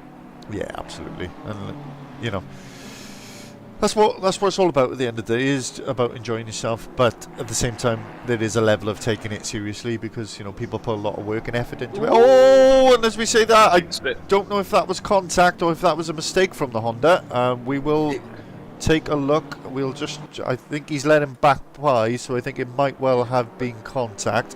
We'll It just looks like contact, but I don't know. we'll just jump on board with him and see what happened. So looked like he might have just got a little bit overexcited on the throttle pedal through the S's. Yeah, just got a little bit overexcited. Barely touched him, but it was just enough. Well held by Davis as well. Could have gone badly on. It was indeed, and there we go. That was it. So just a little bit of contact, not intentional, and the gentlemanly thing, and let him back past, so he didn't get any advantage from it. So good driving there from Adam Doherty, and the gentlemanly and sportsmanshiply thing to do. So Foster has started the final lap. He's still 3.5 seconds ahead of Matej Zentko, and Chris Carr still holding off Evans. Now he's got a decent gap now, 1.5 seconds car, so it looks like he's going to hold on to that final podium position, but we will see. Looks like there's been a bit of contact with Ash Humphries and Zuba Patel. We'll take a look at the replay and see if we can get any insight into that. So here is Humphries and Patel. Just taking a look and see if we can see. Oh, Humphries just, yeah, Patel just collected him. Nearly saved it. He did nearly save it, but it was not quite Tokyo Drift. Right,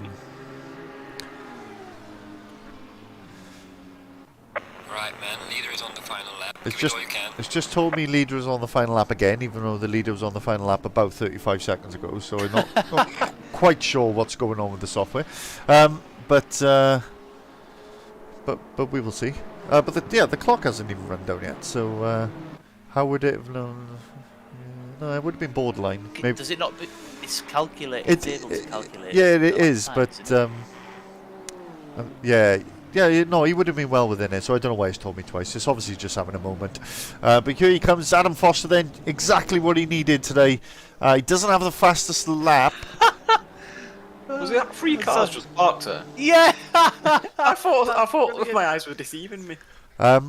So Adam Foster crosses the line and takes the race win. It's exactly what he needed. He doesn't get the fastest laps. He hasn't quite got a clean sweep, but he has got the pole and the first win. And the reason all those cars parked like that is because they wanted Adam to lap them, so they didn't have to do another lap. That was basically what that was all about. So Zentko comes home in second place on debut. Chris Carr with a fantastic podium in that Porsche. Certainly a contender for driver of the race, which we'll get to in a moment. Josh Evans in fourth, Lloyd Reed in fifth, Alex Kingston in sixth, Wes Bierkhaus in seventh, Ant Brown in eighth, Kevin DeHaan in ninth, and Luke Barnard rounding out the top 10. I'm not going to go through the full field because we do need to do the live draw for which drivers can and cannot qualify. So I'm just going to get that done now rather than lose time doing the field.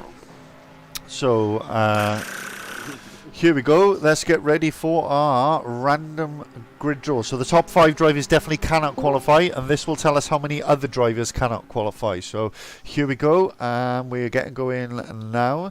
So let us see what number that this ends up on, and it is getting ready. It'll slow down at some point, and it will give us a number of 8. So the top 8 top 8 drivers cannot qualify, Adam. If you can pass that on to the drivers, thank you very much. Yeah, I'll be back in a bit. No trouble at all. So there we go. There you have it. The top 8 drivers cannot qualify for race 2. So that's great for us because it means the 8 fastest people will start at the back of a 29 car grid. I mean, Tasty. hey, we love a bit of that. Tasty is one word for it. Absolutely brilliant stuff. So yeah, while we're waiting, guys, drive of the race then. I mean, yeah, I'll let you guys go first, but I know who's got my vote, so yeah, take it away. Does your vote begin with C and end in R? It does indeed. Yeah, And it it's does. 29 of them on the track. And for 2 reasons really. One, because that was fantastic in the Porsche, as we said, and 2, because we couldn't give it to him last week because it was his first race, and we have a rule where people aren't officially entered in the championship until they've entered 2 races, and he would have been our driver of the race last week, but we gave it to Kevin Dahan on the basis that we didn't know if Chris Carr was going to be with us again, but thankfully he is. He's driven superbly well today, and I think that's unanimous, boys. Yep. Yes, indeed. Mr. Chris Carr gets driver of the race for race 1. There we are, fantastic. Any drivers in with us at the moment, gentlemen? Any what, sorry? Any drivers in with us? No, not yet. No, not yet. just checking. I'm not, keeping anyone waiting. That's all. But yeah, there we are. No problem. Yeah, I mean, any particular highlights of that race, or any particular talking points you want to go over, gentlemen? Yeah, that suspension snap for Denman. I think I think that's so unlucky. I've never seen, in all my time on a sim, I've seen it in TCSRL. When we've been at Zolder, the curbs were murderous. For some reason, that was a bit buggy. But even touring cars usually handle the bumps really well, never get suspension damage. And these things, I've never seen it happen until tonight. And I mean, how many times would you take that curb and probably get away with it? I feel for the guy, I really do. Yeah, I'm wondering how. I mean, we didn't see the end of it, so I'm wondering if he just went into a wall or something coming through 130R, if he'd hit the curb and maybe bounced off a little bit. But you're right, yeah, you probably take that turn 100 times and that'll happen maybe just once, It's yeah, one of those things. But yeah, how about you, Doug? Green light, go. I was probably going to say, I think the ballast conversation, not necessarily a highlight of the race, but I mean highlight of for us kind of thing. I think that conversation about ballast was quite interesting to see the difference on this track, the impact ballast had compared to some of the other tracks we were discussing. Yeah, absolutely. Yeah, it certainly showed tonight that the ballast system, it does work and it does allow other cars to come into play and give that equality to the championship, which is exactly what we want. Now we have a driver with us, Mike. We have Adam. Take it away, my friend. Ask him some questions. Good evening, lads. Good evening. Well, we didn't get a chance to catch you really on the on the warm-up. So well done on your pole. It was probably a lot closer than you thought it was going to be, I imagine. Denman and Evans were sniffing down your neck.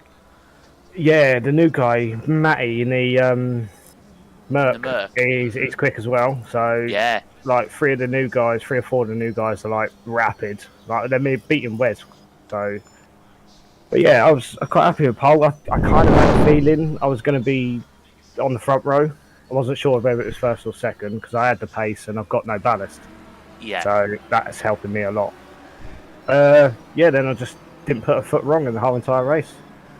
Feels like you've needed this for a good few weeks now, something like this, and then obviously you're not going to qualify this time round, so you just need to maximise whatever happens. But probably 29 cars probably isn't going to help you there. So no, it's very difficult to overtake here as well. There's quite a few spots to overtake, but if you defend them well enough, you're just stuck. But I said to the boys earlier, I am going to race. I'm going to try to come through, but I'm not going to overdo it, sort of thing. Yeah. Just I want to enjoy the battle coming through, and yeah, wherever I end up, I end up. No, that's only fair. Don was saying you need 0.4 tenths of a second over a lap just to even be within overtaking range anyway. So obviously that's probably not going to be a problem for you coming from the back, but like you said, not exactly the easiest place. No. I did have a question to ask about the. Who are you watching go around the ballast. track right now? Let's have a look. We're watching Rich. Yeah, so am I, in fact. I was going to say, well, we've been having a brief discussion, myself, Doug, Mike, about ballast and how much it's actually affecting the cars tonight. It's a bit more relatable to the touring cars and how far it's kind of pegged them back. Are you surprised by that, or was that kind of known going into this that would be the case?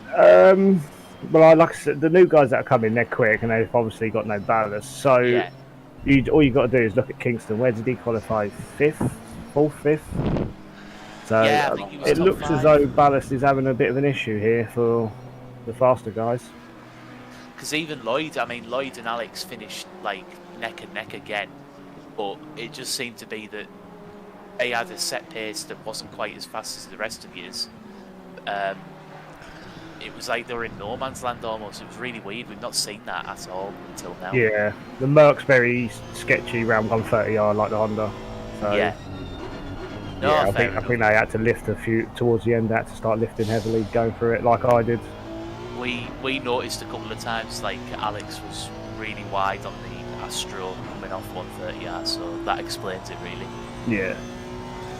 Dougie, Mike, I don't know if you've got any other questions. Yeah, I mean, I was just going to say, like, in terms of a championship over a season, Adam, it's these race twos where they can make or break it, isn't it? Because it's how you pick your way through the field and make up as many positions as possible. It's quite important, isn't it, when you're fighting for a championship? Yes, yeah. Like I say, it'll get like 29 cars on the field, which is incredible. And I'm going to be behind 7 of the fastest ones from the first race. So, yes, I've got no ballast. Alex has, obviously. So if I catch up to Alex, is it going to be hard to overtake? Am I going to be able to get past him to get past the rest? Yeah, we'll just have to wait and see if people make mistakes as well. Yeah, indeed. And of course, you've got the people who had a bit of a stinker in race 1 who will be towards the front as well. And, you know, of course, probably far away from you quite early in the race because you'll have 20 cars between you. So it's not an easy one, but yeah, I mean, you said last week you needed something to kickstart your season. You've had your pole, you've had your win. A nice clean race now, picking off a few people and making up a few positions. It might just be that hole of points you think you needed to pull yourself back into the championship. Yeah, I think I'm relying on Alex a little bit to have a really big stinker round. Because I had a bit of a stinker for the double points, so I've lost some there. But yeah, we'll see. I think it's Alex's again to lose. But yeah, I want to push up. I want to try and fight for that, get my championship back. Yeah, I mean, it seems like forever since you won it, but it was only you won the first 2. It feels like forever, doesn't it, since you won your last one? But it was only 1 season ago, really. Yeah. But it's surprising how quickly time goes, isn't it? And all of a sudden, it could be 2 championships you haven't won, and that thirst never goes away, does it? No, that's it. Yeah, I'm enjoying the battle. Yep, So well, that's the important thing. That's the main thing. Of course it is, yeah, that's what it's all about. Well, good luck in race 2. We'll look out for you picking your way through the field. Cheers, guys. Let you finish off the qualifying. Cheers, Thanks. mate. Have a good one. So where we are at the moment then is Thomas Denman is currently on provisional pole ahead of Luke Barnard. Luke's appeared to have sorted out the unpredictability, I can't even talk, of the Ferrari, and has got himself in provisional 2nd. Mooney provisional 3rd. Bart Tonks in 4th. Tickner in 5th. Rich Arnold in 6th at the moment. Ash Humphreys 7th. Damien Humphreys in 8th. Doherty 9th. Matt Heaton in 10th. Alan Davis in 11th. Weavers 12th. Prescott 13th. McGee 14th. Looking, is there anybody who hasn't yet set a lap here? Zuber, Dehaan, Morris haven't set laps yet. So yeah, they Denman crossed the line with 1 second to spare to set another lap time. That could be the difference between him getting pole or not. At the moment, Bartonks is flashing as purple, so it could be pole for him. Barnard's done. He's in the pits now, so he can't improve. So second is the best he can hope for, unless he gets overtaken by one of the cars behind him. Who we going for, boys? Who's your shout for pole here, with the seconds ticking away as they finish their final runs? I think Tonks could come in and surprise us and have a surprise win potential. For Paul, I'm going to stick with Denman. I think Tom Denman's got it. Okay, Denman is done. He's not been able to complete the lap he is on. Mooney's improving, which would put him onto pole. Tonks is also improving, which would put him onto pole. Richard Arnold is improving to the point where it would put him very close to pole. He's 7/10 up at the moment. Not quite enough to go purple, but very, very close to it. Rich Arnold could be on the front row of the grid here if he completes this lap. He's lost a little bit of time because he was 7/10 up. He's only half a second up now. So we'll keep an eye on it. Mooney's now flashing purple, not Tonks. So Mooney crosses the line. Does he have enough to take pole position from Thomas Denman? He does. Has Bartonks got it as well? No, but they do go 1 and 2.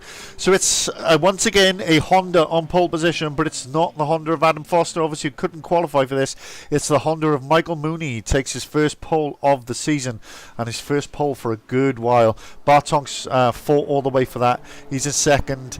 Richard Arnold is improving on his time, trying to find where he ended up. P6 he ended up. He lost a bit of time on that lap and probably had enough to go a little bit higher than that, but I'm sure he will not be too disappointed with that as a finish. So we got Mooney from Tonks from Denman. That's your top three. Barnard, Tickner, Rich Arnold, Ash Humphries, Graham Morris, Alan Davis, Zuba Patel. Great quality from Zuba, actually. We've seen Zuba be sort of off the back quite a bit, but being to the point where he's competing with the likes of Davis and the Humphries brothers, I think that's a really good showing from Zuba. So fair play to him. Matty Heaton, Doherty, Prescott. And so they go on, and we could be here for another million years going through all the drivers, but basically they're in some sort of order. I haven't got the strength to go through them all. But yeah, the important thing is, right, so we are, based on this now, Josh Redhead is right at the back. Lloyd Reed, Carr, Kingston, Zenko, Brown, Beerhouse, Balsili, Evans, Foster. So that's your bottom 9, which is crazy to think, really. Your bottom 10. That is a little bit bonkers. Did we have somebody join us and leave then? We had a stormtrooper join and leave. Oh, I like stormtrooper. They can't have been the droids he was looking for. We can't. I love it. I'm so sorry. That's quite so right. sorry. That's right. I'm currently watching Star Wars Rebels like a teenage kid. So I was waiting for someone to tell me he was my father. And we draw the line there, folks. His name's Luke. Before anybody thinks anything really weird. Yeah, before anybody thinks we're really weird, his name is Luke. Not Skywalker, obviously, but here we go. So race 2 starting. I'm expecting this one with reverse grid and everything else to be absolutely bonkers. We're going to chuck Foster's stream up because what we want to see is how well Adam Foster gets through the field while we are watching the main race. So although his stream appears to be about 20 minutes behind for some reason, let me just refresh it and see if it comes back to real life. There we go. That's a bit better, isn't it? Yeah, that was still on race 1, I think, then. Yeah. So if we can keep an eye on both sides of things. Here we go. We'll just pop up to the helicam just to watch the start of this race. We'll go from 4th place Barnard, so we should be able to get a reasonable view of most things going down. The race is about to start any moment now. those lights will go green. There we go, green light, foot flat to the floor, and away we go down towards the first corner then. Mooney has got a decent start, and Denman under lots of pressure from Tonks. Tonks goes around the outside of turn 1, proper side by side. Morris off in the background again, is he? Or a little bit of contact, but it looks like he's okay. Tiny door tap. Tiny tap, he's okay. Oh, there's a big accident on Foster Stream there. No. Big accident on Foster Stream. Is that Denman off? Denman around. Bart Tonks and Denman come together. Bart Tonks and Denman have come together, so they have made contact as well. Let's just take a look at the replay and see it from Denman's point of view. So this is where we left it, which was them side by side, and they're just coming up. You can't go side by side through the S's, but it looks like somebody's going to try, and yeah, that was Tonks basically just took him out and then carried on as if nothing had happened. Perhaps he didn't see him. But yeah, bad to worse for Denman. Poor thing has not had a good evening, and that one's certainly not his doing. But back to the front. So I think Josh Evans has had a bit of an off as well. There's been a bit of contact, and the Dutch are involved. A bit of everything today. Kevin DeHaan involved in this one. But Evans having a good old fashioned. Oh, McGee! Sideways. Wondering just how that happened, so we'll just take a quick look at the replay. I'm not going to put the overlay on because we haven't got time for that. Ain't nobody got time for that. I was just going to do it. So we are watching. Wes. I'm trying to watch McGee, but it won't go to it. It's missed it. It missed the whole thing. Never mind. Boo. Boo. Oh, Adam Wide. Bart Tonks off. What is going on? This is absolutely mental. So Bart Tonks How's now. he first? He must have cut the chicane and dramatically. Yeah, came I think he's Michael. pulling. Yeah, he's pulling over and he's letting Mooney past. So we will just have a quick look at the replay from He's Tonks. going side by side with him at the turn 1 there. So this is this is exactly what happened to Tonks. You can still see Foster Stream in the bottom left-hand corner. So yeah, he just Oh, that's naughty. That's very naughty. That was. I mean, he was always going to give the position back to the Honda, but that was very much. I'm not losing any positions as opposed to I'm trying to keep first, wasn't it? Because if he'd done it properly, he definitely wouldn't have been second anymore. Because the Ferrari of Barnard would have had him. So that's a little bit naughty. But as we've been watching that, Tonks has got himself back up into first position from Mooney again. And this is a three-way battle for the lead now. Just keeping an eye on Foster's stream at the back as well. Foster is already up to 16th position. Lloyd Reed following him through as well. Carr has also been doing well. Oh, Foster's lost a position to Reed again. I think they're battling side by side, him and Kingston and Reed all side by side. You can see on Foster's stream there as we watch the three-way battle for the lead. You can see great action in your bottom left hand corner as well as Foster challenges those guys. Of course, Foster with no ballast, and the cars around him all with ballast. Yeah, Michael a little bit wide there. That's get a better exit for not that, going to do him any good. There was a slight bit of contact between Foster and Reed there. Don't know. Wide, proper wide. You're about to see a live action replay of it on your stream. I don't think Adam had enough speed to really get past him though, but there we go, and proper close as he's battling his way through. Davis having a battle with Morris as well. Arnold, Humphreys and Tickner all battling away for position here. Proper close stuff between these guys. I'm losing my voice, there's so much going on. But look at that for a train of cars. That's your leader there in the foreground there, Bart Tonks. And he's followed just by an absolute massive train of cars. Oh, contact! Right out of the way. Oh, we'll take a look at the live action replay for that. Let's just see if we can see exactly what has happened here. So this is Foster following through Reed. It's coming up in the second part of the chicane. Oh, he had to slow down for Matty. I think that caught us out. It did. Not intentional, but no. I'm sure Lloyd definitely the victim there, but difficult to say Adam's a perpetrator in that scenario because It certainly wasn't really his doing. It was just a sudden stop from a sudden stop from Lloyd Reid because of Matty obviously Matt Heaton in front of him made Lloyd Reid have to slam the anchors on, and that was it. So here we go then, the battle for the lead. Bart Tonks, here we are. Doug, you called him as maybe a surprise race winner, and there he is out in front by a second away from Mooney, and Barnard then behind him. Damien Humphries and Alan Davies having a good old battle here for 8th position at the moment. It's Arnold, isn't it? No, Alan Davies in 8th. It's not. It's Alan. It is Alan. There's a Humphreys behind both of the Rads. I got confused. So Alex Kingston has just made a move on Weavers. So we'll just take a quick look at this. Yeah, just pulled a Crofty. I can't believe that. And it's not going to catch it typically, which is fun.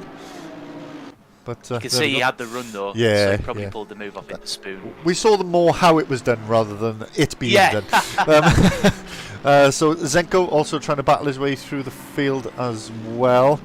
He's proper close to Zubair Patel in front of him. Damien Humphries has definitely had an off because he's flown down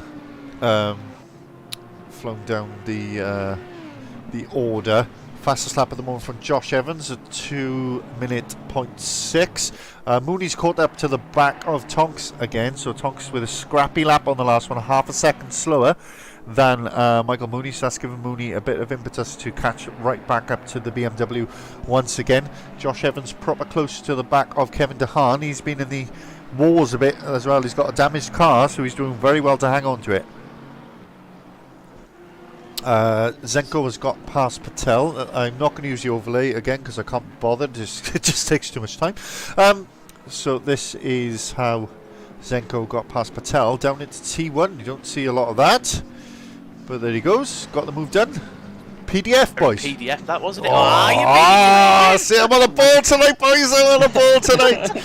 I've had my coffee. You've had your Weetabix. I don't like Weetabix. I've had coffee though. You've had your Domino's. You can see Foster battling away with the back of thing. You can see it on the stream as well. Morris has lost a couple of positions as well, so I think he's had a little incident. So let's just take a quick look at what happened to Morris. Oh, just a little losing the back end again through the first Degner. And Kept it out of the wall though. he did keep it out of the wall, but he has lost 4 positions because of it. So Alan Davis is now up into 7th. Has a bit of breathing space. Evans and DeHaan proper close together. Morris now joined the back of this battle. Absolutely fantastic stuff. 3 wide. It's 2 in back and fro, and it'd be interesting to see who comes out on top of this as we come down in towards the chicane, as we jump on to the splitter of Evans. Oh, he's having a good go, and DeHaan's gone really wide into the chicane. Evans trying to go round the inside. Round he goes, wow. And through a position. Absolutely fantastic racing. But here comes Morris. There he is. That was class. Absolutely brilliant racing.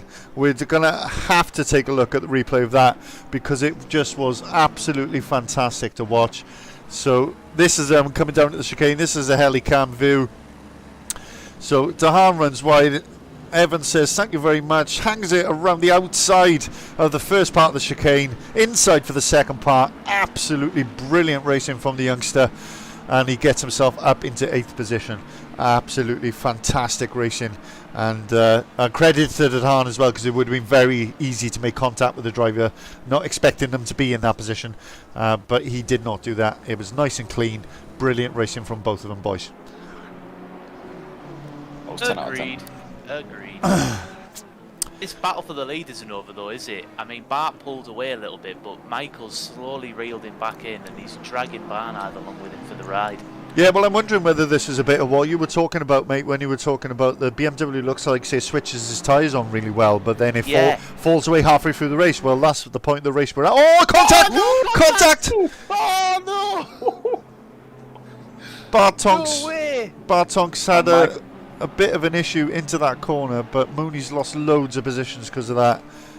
Let us take a look at the replay, and we will see. Mooney did that. That's what he said. That's what you get for quitting the track. Let's take another look at it. This is an instant replay of that accident. So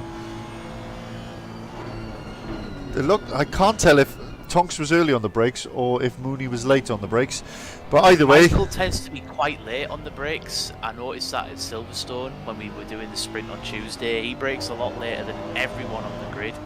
But I just wonder if he needs to remember that others brake a little bit earlier. I don't know. yeah. It's just payback for Tonks quitting the track. Let's not stir the pot. I'm only joking. But this has brought Barnard into play now. I mean, he could be looking at his first ever victory in final drive sim racing since his move up from PC. Adam Foster has set the fastest lap of the race. He's up to 12th now. Him and Kingston. He's still behind Kingston though, which is obviously vital for him in his championship battle. But we'll stick with Adam Stream in the bottom left because he could well be battling Kingston for that position in the coming laps if he continues on his current trajectory. His last Can I lap just say, was how half on second earth is faster. Yeah. Sorry, I'll shut up. I was going to say, how on earth is Bart Tonks still in the lead after that?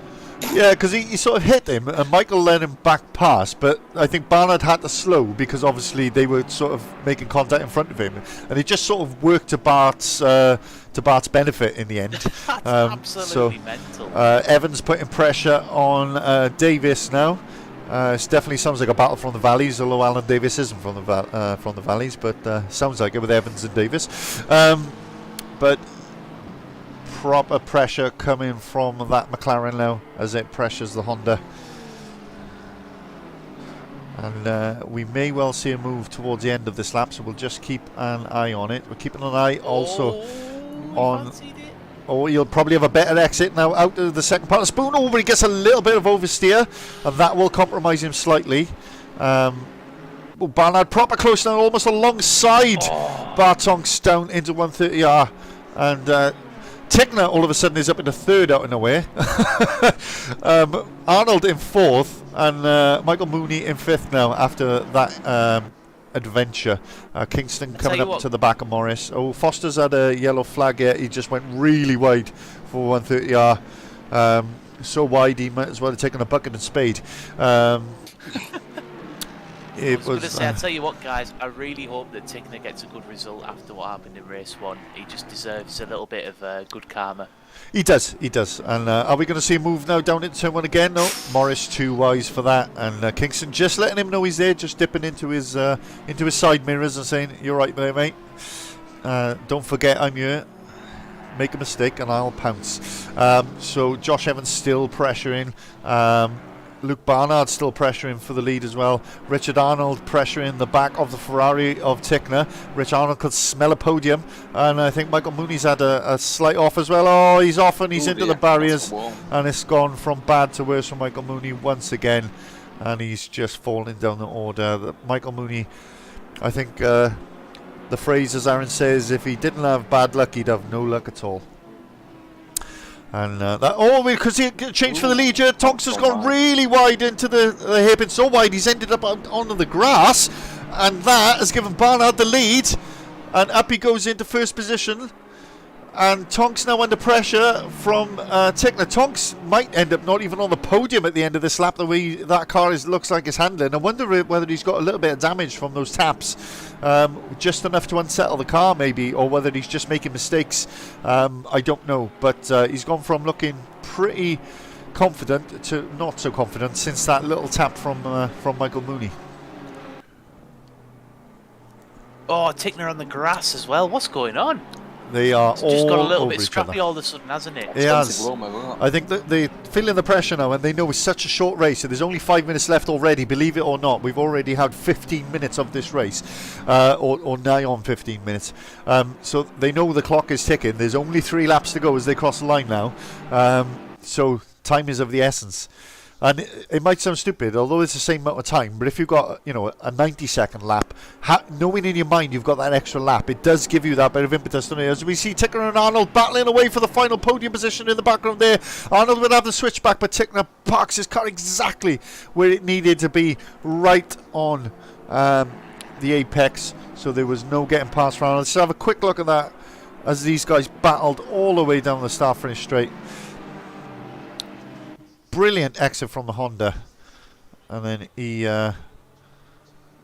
went into the first corner side by side. Great stuff from them, and absolutely fantastic to see. And at the moment, Tickner still holds on to that position. So Barnard then from Tonks. Tonks dropping off a little bit now. Barnard looks like he's got the pace. He had a much better quality as well, so it looks like he's sorted the issues he was having out on that car. Tonks seems to have settled down again now, but not got the pace to keep up with the leading Ferrari. Tickner then still holding off Richard Arnold. Ash Humphrey suddenly in 5th. Don't know where he came from or how that happened, but yeah, Ash Humphries is in 5th, boys. It's just a bit bananas out there. So Kingston and Morris still battling away, and what this is allowing now is Foster to catch up to the back of this little battle. So it's vital now for Foster over these last 2 laps that he gets up to the back of these guys and then gets the opportunity to overtake them for his championship fight. That is exactly what he needs. Thomas Denman in 16th after his adventures. Wes Beerhouse 14th at the moment. He's just had 2-0 races, really, isn't he? It's so unusual to see from Wes, who's such a talented driver. It's just not meant to be today. Alex McGee and Josh Redhead have changed positions. Let's just take a quick look at the replay, see if we can see how that happened. Oh, mistake from Josh Redhead out onto the grass.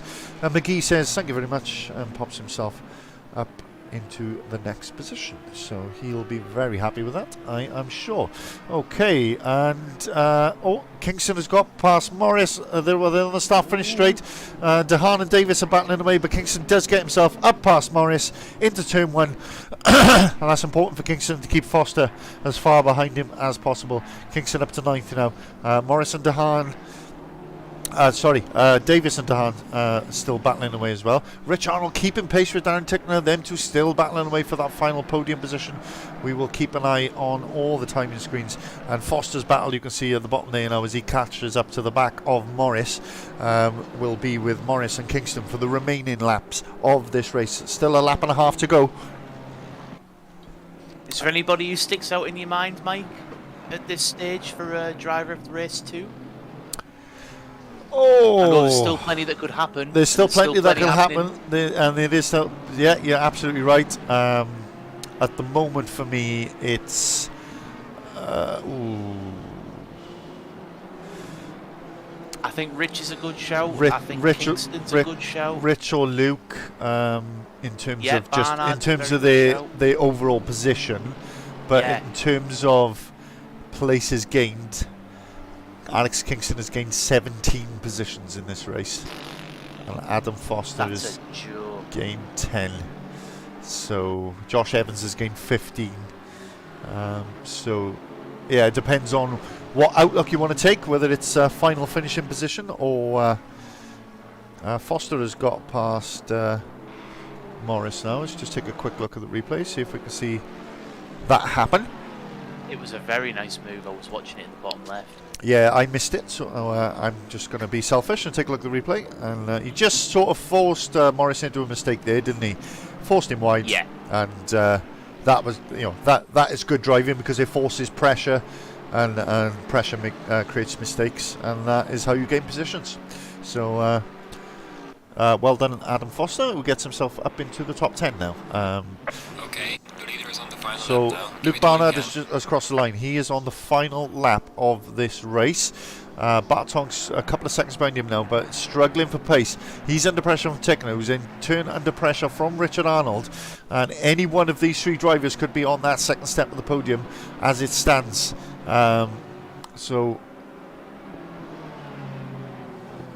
Oh, and Bart's like all in the wrong places of the track, isn't he? But he's just sort of plonked his car right in the middle of the circuit, doesn't he, Doug? So anybody behind him just can't make a move. Yeah, I did a bit of that tactic last night, I think.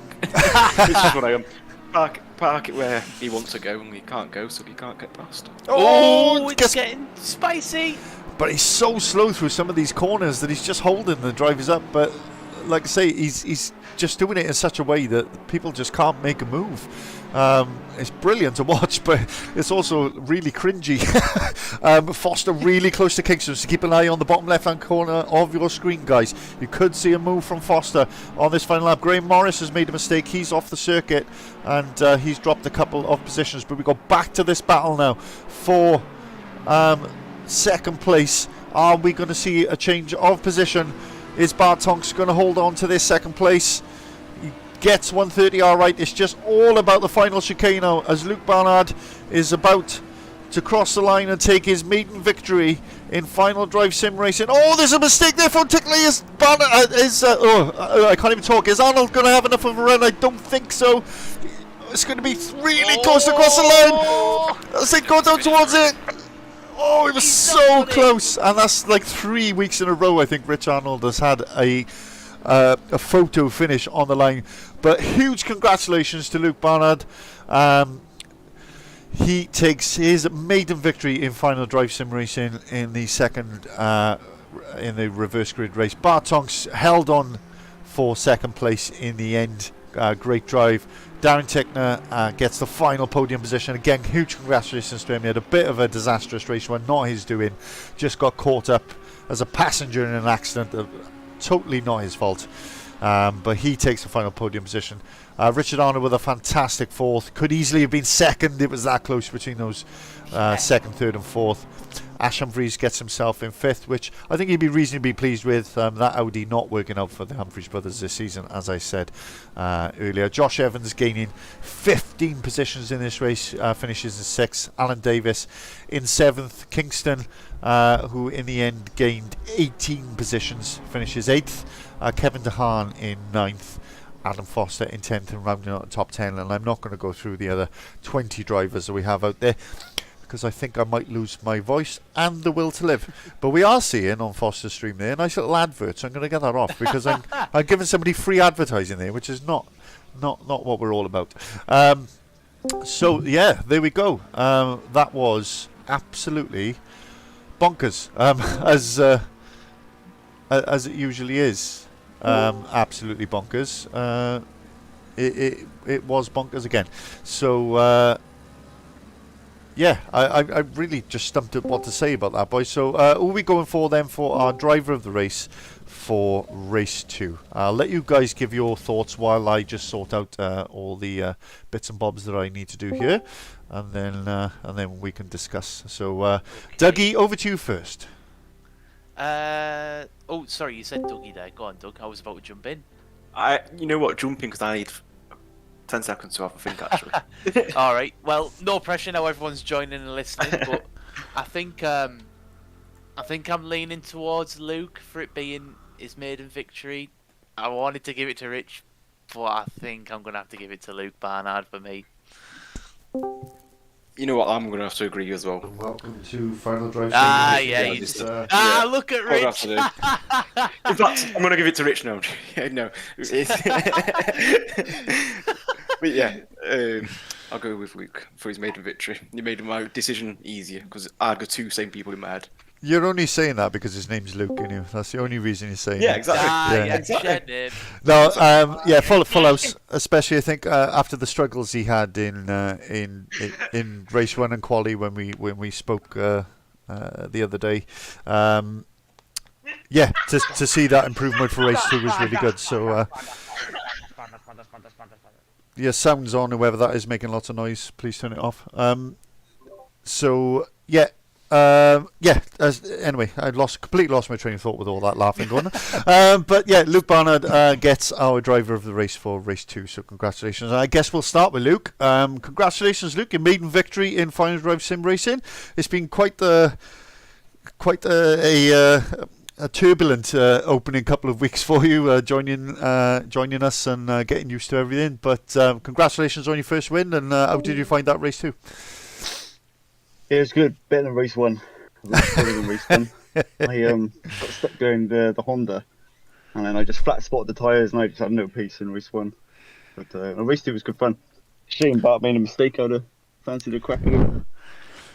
Yeah, it looked like you had the pace on him. But I mean, what changed for race 2? Because it seemed like you said the other day that you felt like it was basically an ice rink for you driving around on it and no grip, and race 2 it just seemed to work for you. Yeah, I made a few setup changes just to see if I could get the rear end to stay with me, and it seemed to work. But I'm really struggling in the hairpin. I just can't get out the hairpin. I'm losing so much time there, especially to the Hondas. Yeah, they launch like nobody's business, don't they? But I mean, very much an acclimatization season for you, I guess, this season with being new to PC and everything, and then I know you said you're always looking to win, so this very much, like I say, acclimatize yourself and then get yourself ready for next season. Yeah. This was I didn't expect this. There's some quick guys in here, and I was really struggling here. So, but my favorite track next. Hopefully, I can be better there. Yeah, I mean, I know you're quick round there because you've beaten me around there many a time. But we look forward to next week, and yeah, good luck again for next week. Endurance race, obviously different type of challenge, but I'm sure you'll do us proud, mate. But yeah, congratulations, mate. Great win tonight. Awesome, thanks, guys. Pleasure. Dougie, over to you to ask the next question. Yes, I'll go to Rich. Obviously, race 1 and then race 2. How did you find it? And obviously, you watched finishing race 2 again. You got another photo finish. That was pretty tight in the end, wasn't it? No, I mean, because it was me who was in front of Luke in race 1. And to be fair, that nothing really was happening. It was just me and him sort of bashing around for 40 minutes, which was great fun actually. To hats off, Luke. That was a great race. Got past him in the end, and kind of. That was it, really. I think Mooney spun off and someone else went off, so ended up gaining a couple of places, but was pretty much just me and Luke racing each other for most of race 1. Race 2 was brilliant, absolutely superb. Like you say, with the Hondas versus the Ferraris, they're two of the quickest sort of cars around here, I think. And when you're against most other cars in the Honda, you can kind of know where you're quicker and know where you can catch up. But with the Ferrari, it was... Yeah, couldn't really find a place where I could get around. I think it was Darren in the end I was battling with, but one thing I did work out is that they can't take the curbs of the chicane very well, and where the Honda can, just glide over them. So it was all a case of just setting up every lap for being as close as I can to the chicane to try and get the thing out of it. It almost worked. It almost worked. It was very close. I don't know whether you saw. I also tried to move around the outside of turn 1 about 3 laps previous to that, and he blocked me really, really well. Actually, it was a great bit of defending driving from Darren. So that was superb. But no, yeah, really close towards the end. But P4 over the moon with that. Really happy. Definitely should be happy. Do you think if you had an extra couple of laps, you could have done it? I think so. I think I was starting to eye up sort of where he was slower and where he wasn't, and obviously he also had Bart ahead of him that they were sort of battling. I think that's sort of part of the reason why I caught up sort of quite quickly with them was that they were battling away. So yeah, you always wish for a couple more laps in that situation, but it is how it goes. Another photo finish. I think that's 2 this season now. So I'm enjoying the last corner battles. Well, again, well done on the result. Great result. He's 4th. Again, I'll pass over to Aaron. Cheers, man. Cool. I think I'll go to Chris Carr. Since we have the Porsche bias with you, mate, Mike is the Porsche on Tuesdays, so nice. I empathise with you hugely. What a car! Choosing that car, yeah. You got driver of the race in race 1 off all of us. We thought you did amazing, mate, and oh wow, thanks. You carved your that way. Make up for the Silverstone. You can't have it because you're new. Yeah, exactly that. That's what we said. The pity vote. That's all right. No, but I mean P3. I think it was P3 in the end. Yeah, I started P4 somehow. Got P5. Got P3. Yeah. Yeah, smashed it. Thought you were amazing, and then even in race 2, carving your way from the back isn't easy around here. You know, we spoke with Ad before race 2 started, and he was just saying it's not exactly the easiest place to overtake, and we know that ourselves anyway. To be fair, isn't it? Yeah. Yeah. 2-minute lap, and you've really in a Porsche, you've got like one corner maybe. And especially since there's nothing in a straight line from that Porsche, so you kind of have to do exactly. Yeah, it doesn't work. So no, around the outside of turn 4 was my favourite. That was, up the inside of one and the outside of the other through the S's. You can get an overlap. That was wicked. Yeah, I enjoyed that. Nice. I suppose I was just going to say you've had 2 races now with the league. You've done an endurance, you've done a sprint. You're finding your feet. You're definitely getting in some good results. Are you going to stick with the Porsche, or are you going to try and go with something different next season? Definitely different next season. Yeah, I'm only started in the Porsche really because it's what I've been driving in previous. So just sticks what you know for a little bit. But yeah, once I find my feet, I think I'll change to the Ferrari like everyone else seems to be doing. But my other team that I race with is changing to Ferrari. So just keep it simple. I can't chop and change. Have to stick with one. No, that's fair enough. But to be honest, you're delivering it in the Porsche anyway, so Yeah, Who the tracks knows? are favourable though, aren't they? Isn't it like Nürburgring next? And it's like 3 of the tracks that the Porsche's good at. Yeah. Silverstone, Suzuka, and Nürburgring. And it's going to rain as well, and the Porsche's good in the rain. So, yeah, might have just got lucky with that. Basically, yeah, by the sounds of it. Yeah, no, it's just to say that the league's run really great, and that's why I'm going to stick around. It's well organised, good bunch of guys. It's a laugh, but it's serious as well. It's not too much of one or the other, and I'm looking forward to watching the stream again later because last week you guys done amazing in that in the commentary, and the stream was laid out really well. So yeah, really professional job from you guys as well. How much they paying you, Chris? We are giving No, him seriously, permission to it's drive the Porsche. amazing. It's amazing, yeah. For a No, league with thanks, man. 40 odd people, it's as professional as you get in the RCI and all of that, you know. So yeah, well done to you guys. Cheers, man. That means a lot, and I think obviously me and Luke kind of just stick around for the ride. It's more Mike who has everything to do with that, so I'm sure that means a lot to Mike. But yeah, just keep doing what you're doing. Get a surprise podium again in the Nürburgring. You'll probably get another point from us out of pity for being in the Porsche. But looking forward to seeing. I'm looking forward to it anyway, man. I just love to be in the race, you know. Like, you know, it doesn't matter where you are on the grid. Just fighting with somebody, you know, someone you can trust as well. Not like you don't know where to put your car because you don't know what they're going to do. It's not actually that common. So yeah, I'm enjoying it.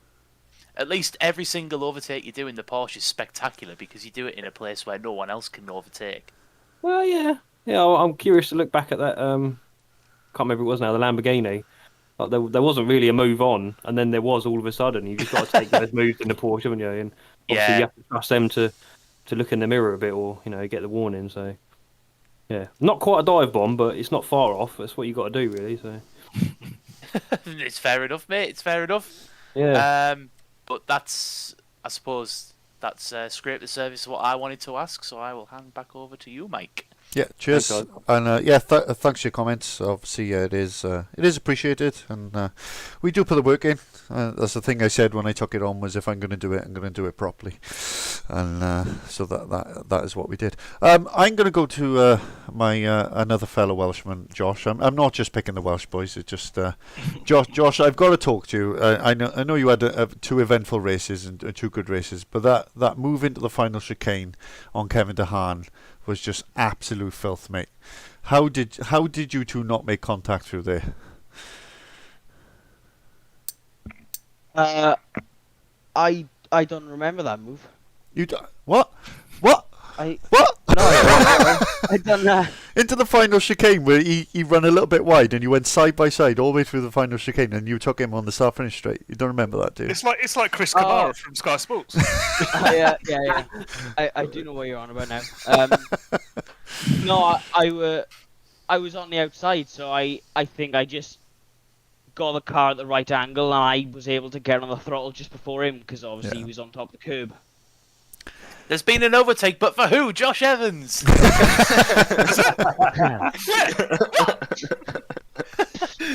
thought it was a substitution. I want to apologise for the screaming really quickly. That's fine, mate. That's fine. I didn't know where it was. I couldn't tell what was going on, and I lost my train of thought. But all good, mate. All good. But yeah, no, you seemed really happy around here because you drove quite well on Tuesday as well. So it appears to be a track you enjoy. It is, yeah. It's really fast flowing circuit, and obviously you got the really tight left-hander where I was able to drive the McLaren at the corners because that seems to be where it's quite good. Mm-hmm. I said before that I enjoy the sprint races because I can just figure out how much fuel I need and then just go for it. Yeah. But that wiggle in the first race, that was pretty irritating. Yeah, it just snapped out of nowhere, didn't it? And that pretty much ruined your race because I mean you were dead set for a podium, you know, and even challenging Adam at the time. So it must have been frustrating for you. Yeah, it was, but race 2 was full send then, so. Yeah, I mean you gained, I think it was 15 positions, so you had a good one. yeah, it was fun. I liked the second race. It was good.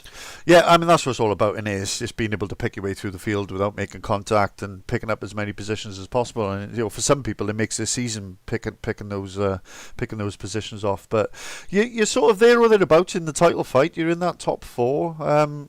Any aspirations, or are you just enjoying it week to week and whatever happens? Well, whatever happens, really. But I was, for the first, I think, 4 races it was. I don't know how many we've done now. But for a while I was thinking, I might be able to get in here, get in there. But Kingstone started driving away. Adam found time where I just couldn't. And I've gone back into the upper mid-grid now, which I'm comfortable in. Yeah, and like I said, as long as you're enjoying your racing, that's all that matters, isn't it? But yeah, well done. Like I say, that move you can't remember, I thought it was fantastic anyway. So well done, mate, and look forward to seeing you next week at the Nürburgring. Thanks very much. Over to you, Doug. I'll go to Adam. Obviously, you had a great first race with obviously a pole position, and then in your second race, I think you made your way up into the top 10 from the back as well. So you must be delighted with that as well. Yeah, I got a blinder at the start of the green lights, and a couple of freebies. People spinning off on turn 1, and then turn 3 or 4. I think a couple more went off, and then come to, I think it was the end of lap 2. There was an incident. Kevin went wide. Matty went a little bit wide, and then Lloyd was directly behind. It just kind of all bunched up. Lloyd hit Matty, I hit Lloyd, and then I think Chris in the Porsche hit me. So yeah, it was like a concertina fucking bang. So yeah, unfortunately, I got a few positions there, which is not how you want to get a position. But yeah, then I was just chasing Kingston. He was overtaking, and I saw getting past Graham. So all right, my turn to get past Graham. Took him about 2 laps to get past, but it took me 1 lap. So I was like, yes, getting on the back of him. I might be able to catch up to him. But then I think he got someone on the line, didn't he? No, there was a car between me and him. So I was like, damage limitations. We've got to always get some points off of Alex. Do you think at the minute it still feels like fighting an uphill battle against Alex at the minute? With my poor result for the double points last week, kind of. We need Alex to have a stinker. Give him 3 wheels in the next race or something, or half a steering wheel. Just get someone a tenner. Yeah.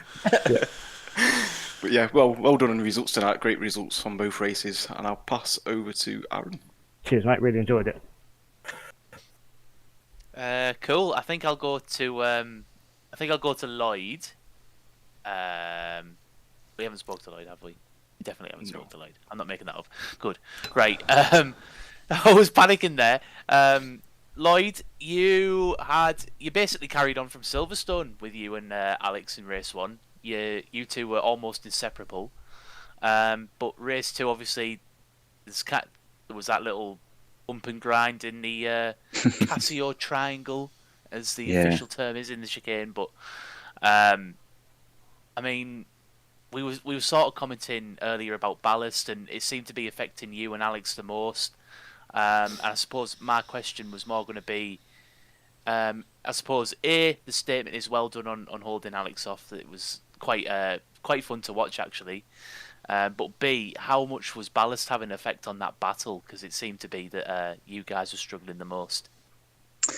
Yeah, I mean, it was only 25 kilograms. Obviously, Alex, I think, has got 30 or 35. And yeah, it's 30. Yeah, so I feel like it must have had an impact because my lap times were down from where I was practicing. Yeah. I mean, I still got quite a good sort of fastest lap in. You know, it was up there with the rest. So this obviously wasn't slowing me down too much, but I think it's just the consistency.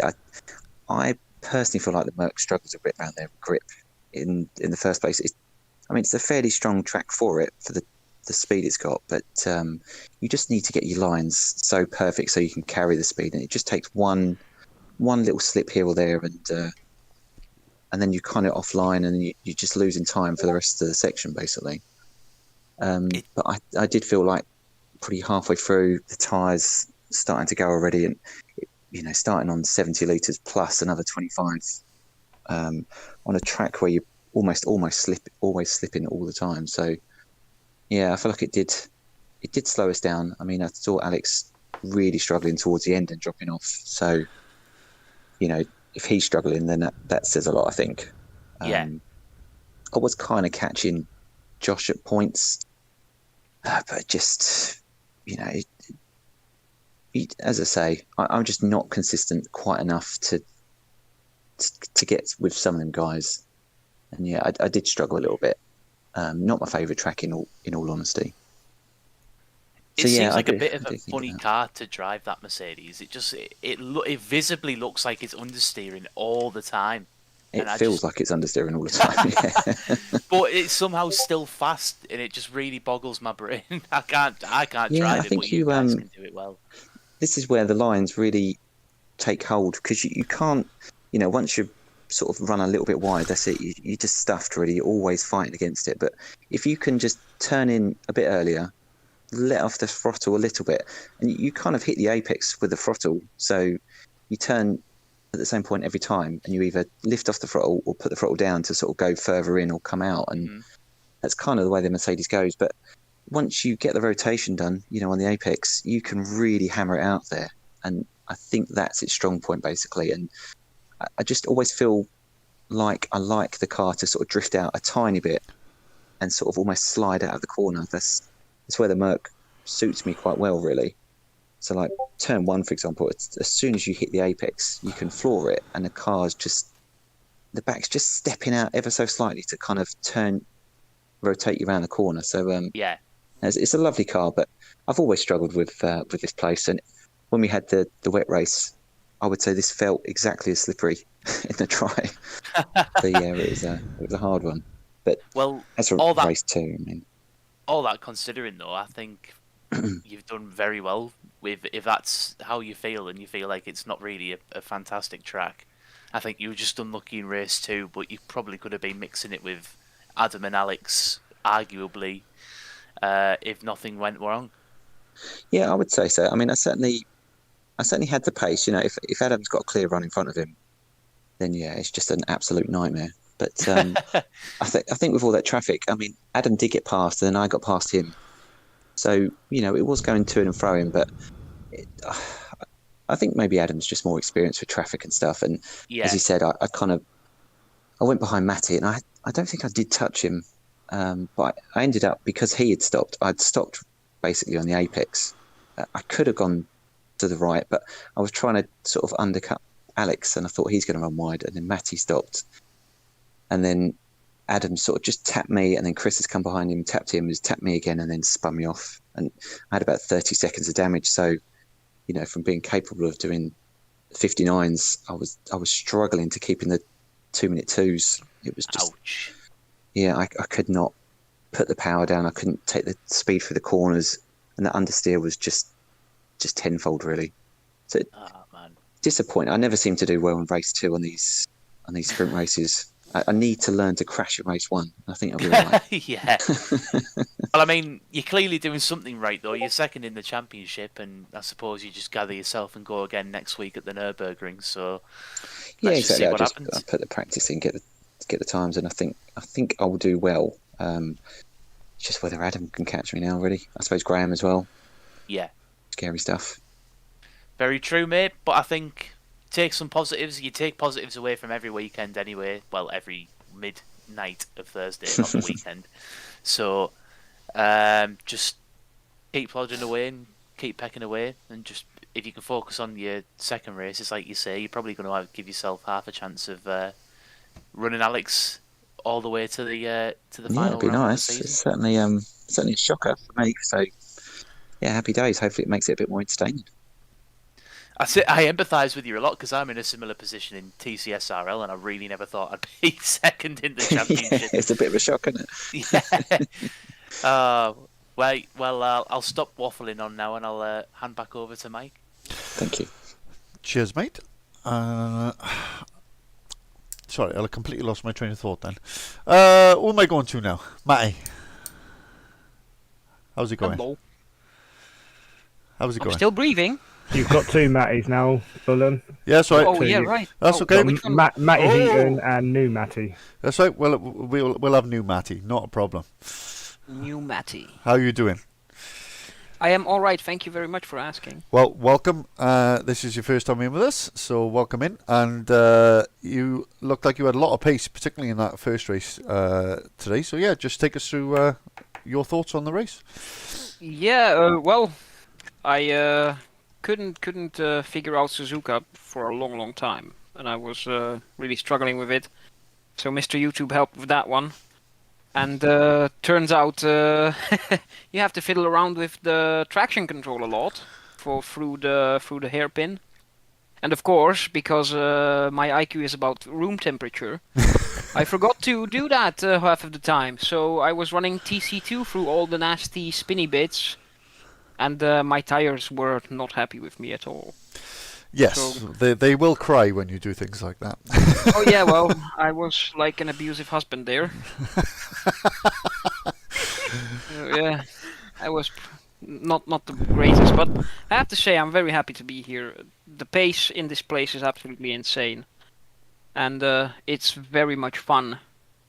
Fun to race people that are let's say a bit faster than you and aiming for something. That's very nice to do. It is. I mean, this league is very quick and clean, you know, which are the two things you want from a league. So I'm sure you'll fit right in. Obviously, joining at the halfway point of the season is never easy as well, is it? Because people are well into the groove, and the championship battles are already underway. But anything particularly you want from the season, or is it just enjoy the races and then start again next season? Yeah, this season is very much the introduction. I have a few people as well from my team, from SAR, well, that I'm a part of. It's not my team, that are keen to join up. I'm the first one to join up, and basically the goal here is get to know people, have some fun, hopefully not impact the championship fights too much. Of course, conceding positions and stuff like that is not really something you would like. Sorry about that if you heard that. But yeah, having some fun, getting grabs on the competition, on the runnings. The starts are somewhat new to me, but it's very nice actually. And yeah, as I say, hopefully have some fun. Next week I'm not gonna be around because we have to wrap up one more race in a different place. So we will be likely skipping that one. Not sure yet. And but hopefully we will jump in to the next season with loaded guns. Good to hear. Welcome aboard, and yeah, we look forward to seeing you and your friends with us for future races. So nice one. Thank you very much. It is absolutely delightful, I have to say. Glad you're here. Dougie, I think it's your turn next, isn't it? I can't remember. Indeed, yes. I'll go to the other Matty. How did you find out race 1 and 2? To be fair, I honestly don't know how it kind of went from your perspective because we didn't see much of you. To be fair, how did it go from your kind of view? Oh, it's fantastic, wasn't it? Absolutely loved every single second. I loved every single second of both of those races. Favourite race ever in the world. I hated every second. But I'm still here. I don't know why I've come into the comms box, but here I am. Yeah, it went great. First race, 130R bit me. I mean, it was my own fault. I turned in too soon, but it bit me and spun me, and I thought, you know what, I'll be alright. Wasn't. Had to pit and repair. Then I felt that my tyres were going because I didn't change my tyres in the pit stop like an idiot. Needed to change traction control, and for some reason, my wheel and the game, as soon as I switched up the traction control, my game just went nope and just froze. So that meant I hit the wall and got another 50 seconds of damage. So that was race 2 in a nutshell. It was delightful. I loved it. And then race 2, yeah, I had contact going into the hairpin. I'm sure it was an accident at the time. I was very frustrated, but I've calmed down considerably. Thanks to some of the lads assisting me, taking the mic. Yeah, calmed down, but it's, yeah, a bit of contact, and then it just going backwards from there with a bit of damage, making it very difficult to drive the car in race 2. bit of a nightmare night for you. I'd love to tell you to take some positives away, but it doesn't seem like there is any for you, unfortunately. But There yes, wasn't. I don't think there's one positive. I suppose the only positive is you go on to next week and you try again. Yeah, another new track to learn. Never raced there, so learning it and learning it in the rain. So, I think the rest of the season I don't know any of the tracks, to be fair. So, it's going to be interesting. Hey, it's always fun learning new tracks anyway. Yeah. Right, I'll pass back over to Aaron then. Cool. Well, arguably, save the best till last. So, Alan, good evening. Evening. How are you? I'm very well, my friend. It's all started very ominous. Yeah, what's coming? He hasn't Nothing seen my really. text to ask him his first question. Should be, where's his beard gone? Well, I thought that something looked different, so thanks, mate. Hey, You've Josh. confirmed that. He's gone. He saved some weight there. He saved a couple of kilos, Yeah, which that's would exactly explain. It'd explain his fantastic race too, and I was going to talk about his defence. So, in typical Alan Davis fashion, you seem to be able to hold up. Well, not hold up, keep behind a few people. Rich finishing in the upper echelons as well in race 2. Good night for Rad. Good momentum going into Nürburgring? Question. Yeah, I think so. I don't think we were quite expecting that race 2 result. There was a potential for Rich to, if it all gone wrong a bit more at the front, to win that. First of all, I'll say shout out to my mate Lee, who's been watching the stream all the way from the start. So thank you for that, mate. Appreciate Nice. the support. Quickly to race 1, I had a brilliant battle with one of the new guys. Bit of contact a couple of times, but to be fair, he's much quicker than me, and I could tell he was giving me a lot of respect. So even though he touched me a couple of times, it was all good. That was good fun. Race 2, just managed to stay out of trouble at the start. Had some decent pace, and then had all the fast guys coming through behind me. Evans got past. He was the only one that went through, I think. Managed to hold off everyone else. Kevin had to dive at the end and ended up going side by side with Evans, which is what I think you were referring to earlier on. And just managed to, get over the line in 7th. That was about it. Good fun, enjoyed it. Yeah. But I think, so talking about my race, we had 29 drivers in there tonight. It was Amazing mad, is wasn't that? it? It's brilliant. Loads of new drivers, some fast drivers, some people in the middle of the grid, some new guys towards the back as well. Battles up and down the grid. By the sounds of it, you guys have done a great job on the stream, which is going from strength to strength. It's just a really great time to be involved in the league at the moment. That's the biggest success of the night. It's just going. It's blowing up. It's like everything we seem to do. It's just the right thing. It doesn't feel like anything's going wrong. And I mean, it's kind of hard for that to happen anyway. We've got a good bunch of guys. I feel like we do a good job on the stream. But yeah, I totally second everything you've said. I suppose what I was going to say as well is, it's definitely a far cry from the last time you guys were here. You were in Ferraris, I think, and it was soaking wet, and it just didn't go your way. And it's seemingly the total opposite side of the coin. It's been probably a bit of redemption for yourself and Rich tonight. Yeah, that was probably the low point, I think. I can't remember exactly what happened last night, but there was a big repair bill for both cars at the end of the night. And I got to be very frustrated in the interviews.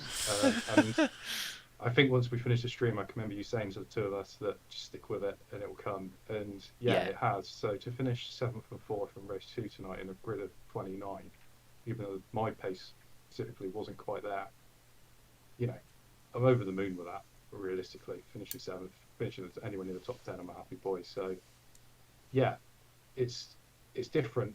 I think in that point, we were racing to try and be in the top 5, to try and be on podiums and stuff. And now I'm just kind of turning up and I'm having fun. I don't care if I'm in 20th, as long as I'm in a good battle with somebody and the racing as a whole is going well.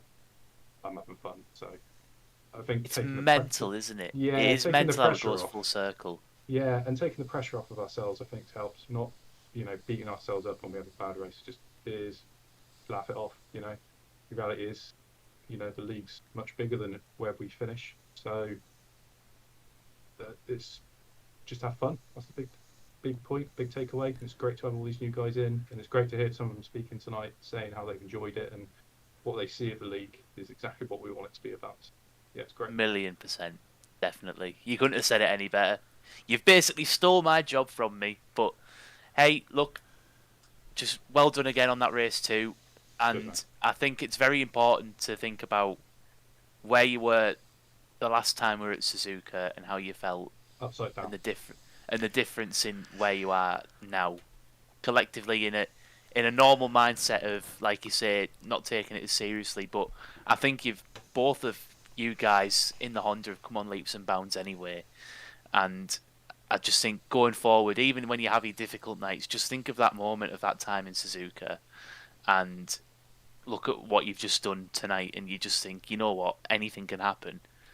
And it just proves that sticking at it and keeping, I say it to Lloyd, just keep pecking away and keep on putting in the hours like you guys do, and it just clicks, and you've got the reward for all that hard work tonight. So well done, really well done from me and Mike and Dougie. I know they'll all agree.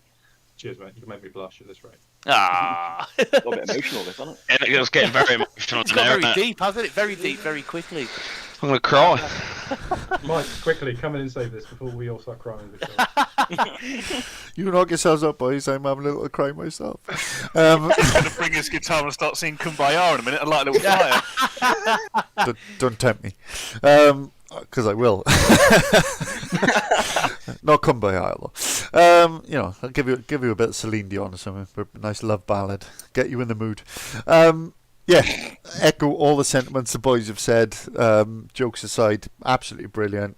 That race 2 validated its format tonight. Having a big grid where you've got the fastest guys at the back, it gives us the opportunity to see different people on podiums and in the top 10, and whatever is an achievement for that person, it's different, and it's great for us to watch. Luke's got his first victory tonight because of this reverse grid system. Rich was on the verge of a podium. It's brilliant. It's wonderful to watch. It gives us brilliant racing, and we get to see the fastest guys having to work their behinds off to work their way from 28th, 29th place up into the top 15, top 10, whatever it ends up being. So it gives us great overtakes, gives us great action. Yes, it's a learning curve. Yes, there are incidents, and that will only come with time and effort, and as people put the effort in and get used to the racing. Racecraft is not built overnight. It will come over time. But it's absolutely brilliant to see, and I just wanted to reiterate what the guys have been saying. But that is it then. That is it. We have had another successful stream. I'm absolutely shattered after that, and last week's 2-hour endurance race was just absolutely bonkers. It's just been my favourite season so far. The racing's been fantastic. We've had some amazing tracks, and next week we go to Heaven on Earth and the Nürburgring. Not that I'm much of a fan, but there it is. With lots of water. I've only been I've driven it in the wet as well in real life, so I can contest. So there. Slightly different in a 200 horsepower front wheel drive Honda, compared to these beasts, but I'll take it. But anyway, next week, as you can see on stream there, we're going to the Nürburgring for our endurance series. Endurance race as part of this series, and we look forward to it. So we'll see all the same drivers. Hopefully, we'll have another pack grid, and we'll have another 25, 30 cars battering around there, which will only add to the entertainment. So thank you for watching, thank you for commenting, thank you to all the drivers, both for racing and for popping in to talk to us here at the end as well. It's always wonderful to get that insight. Thank you to Aaron and Dougie, my co-coms, and thanks to myself for being fantastic as usual. And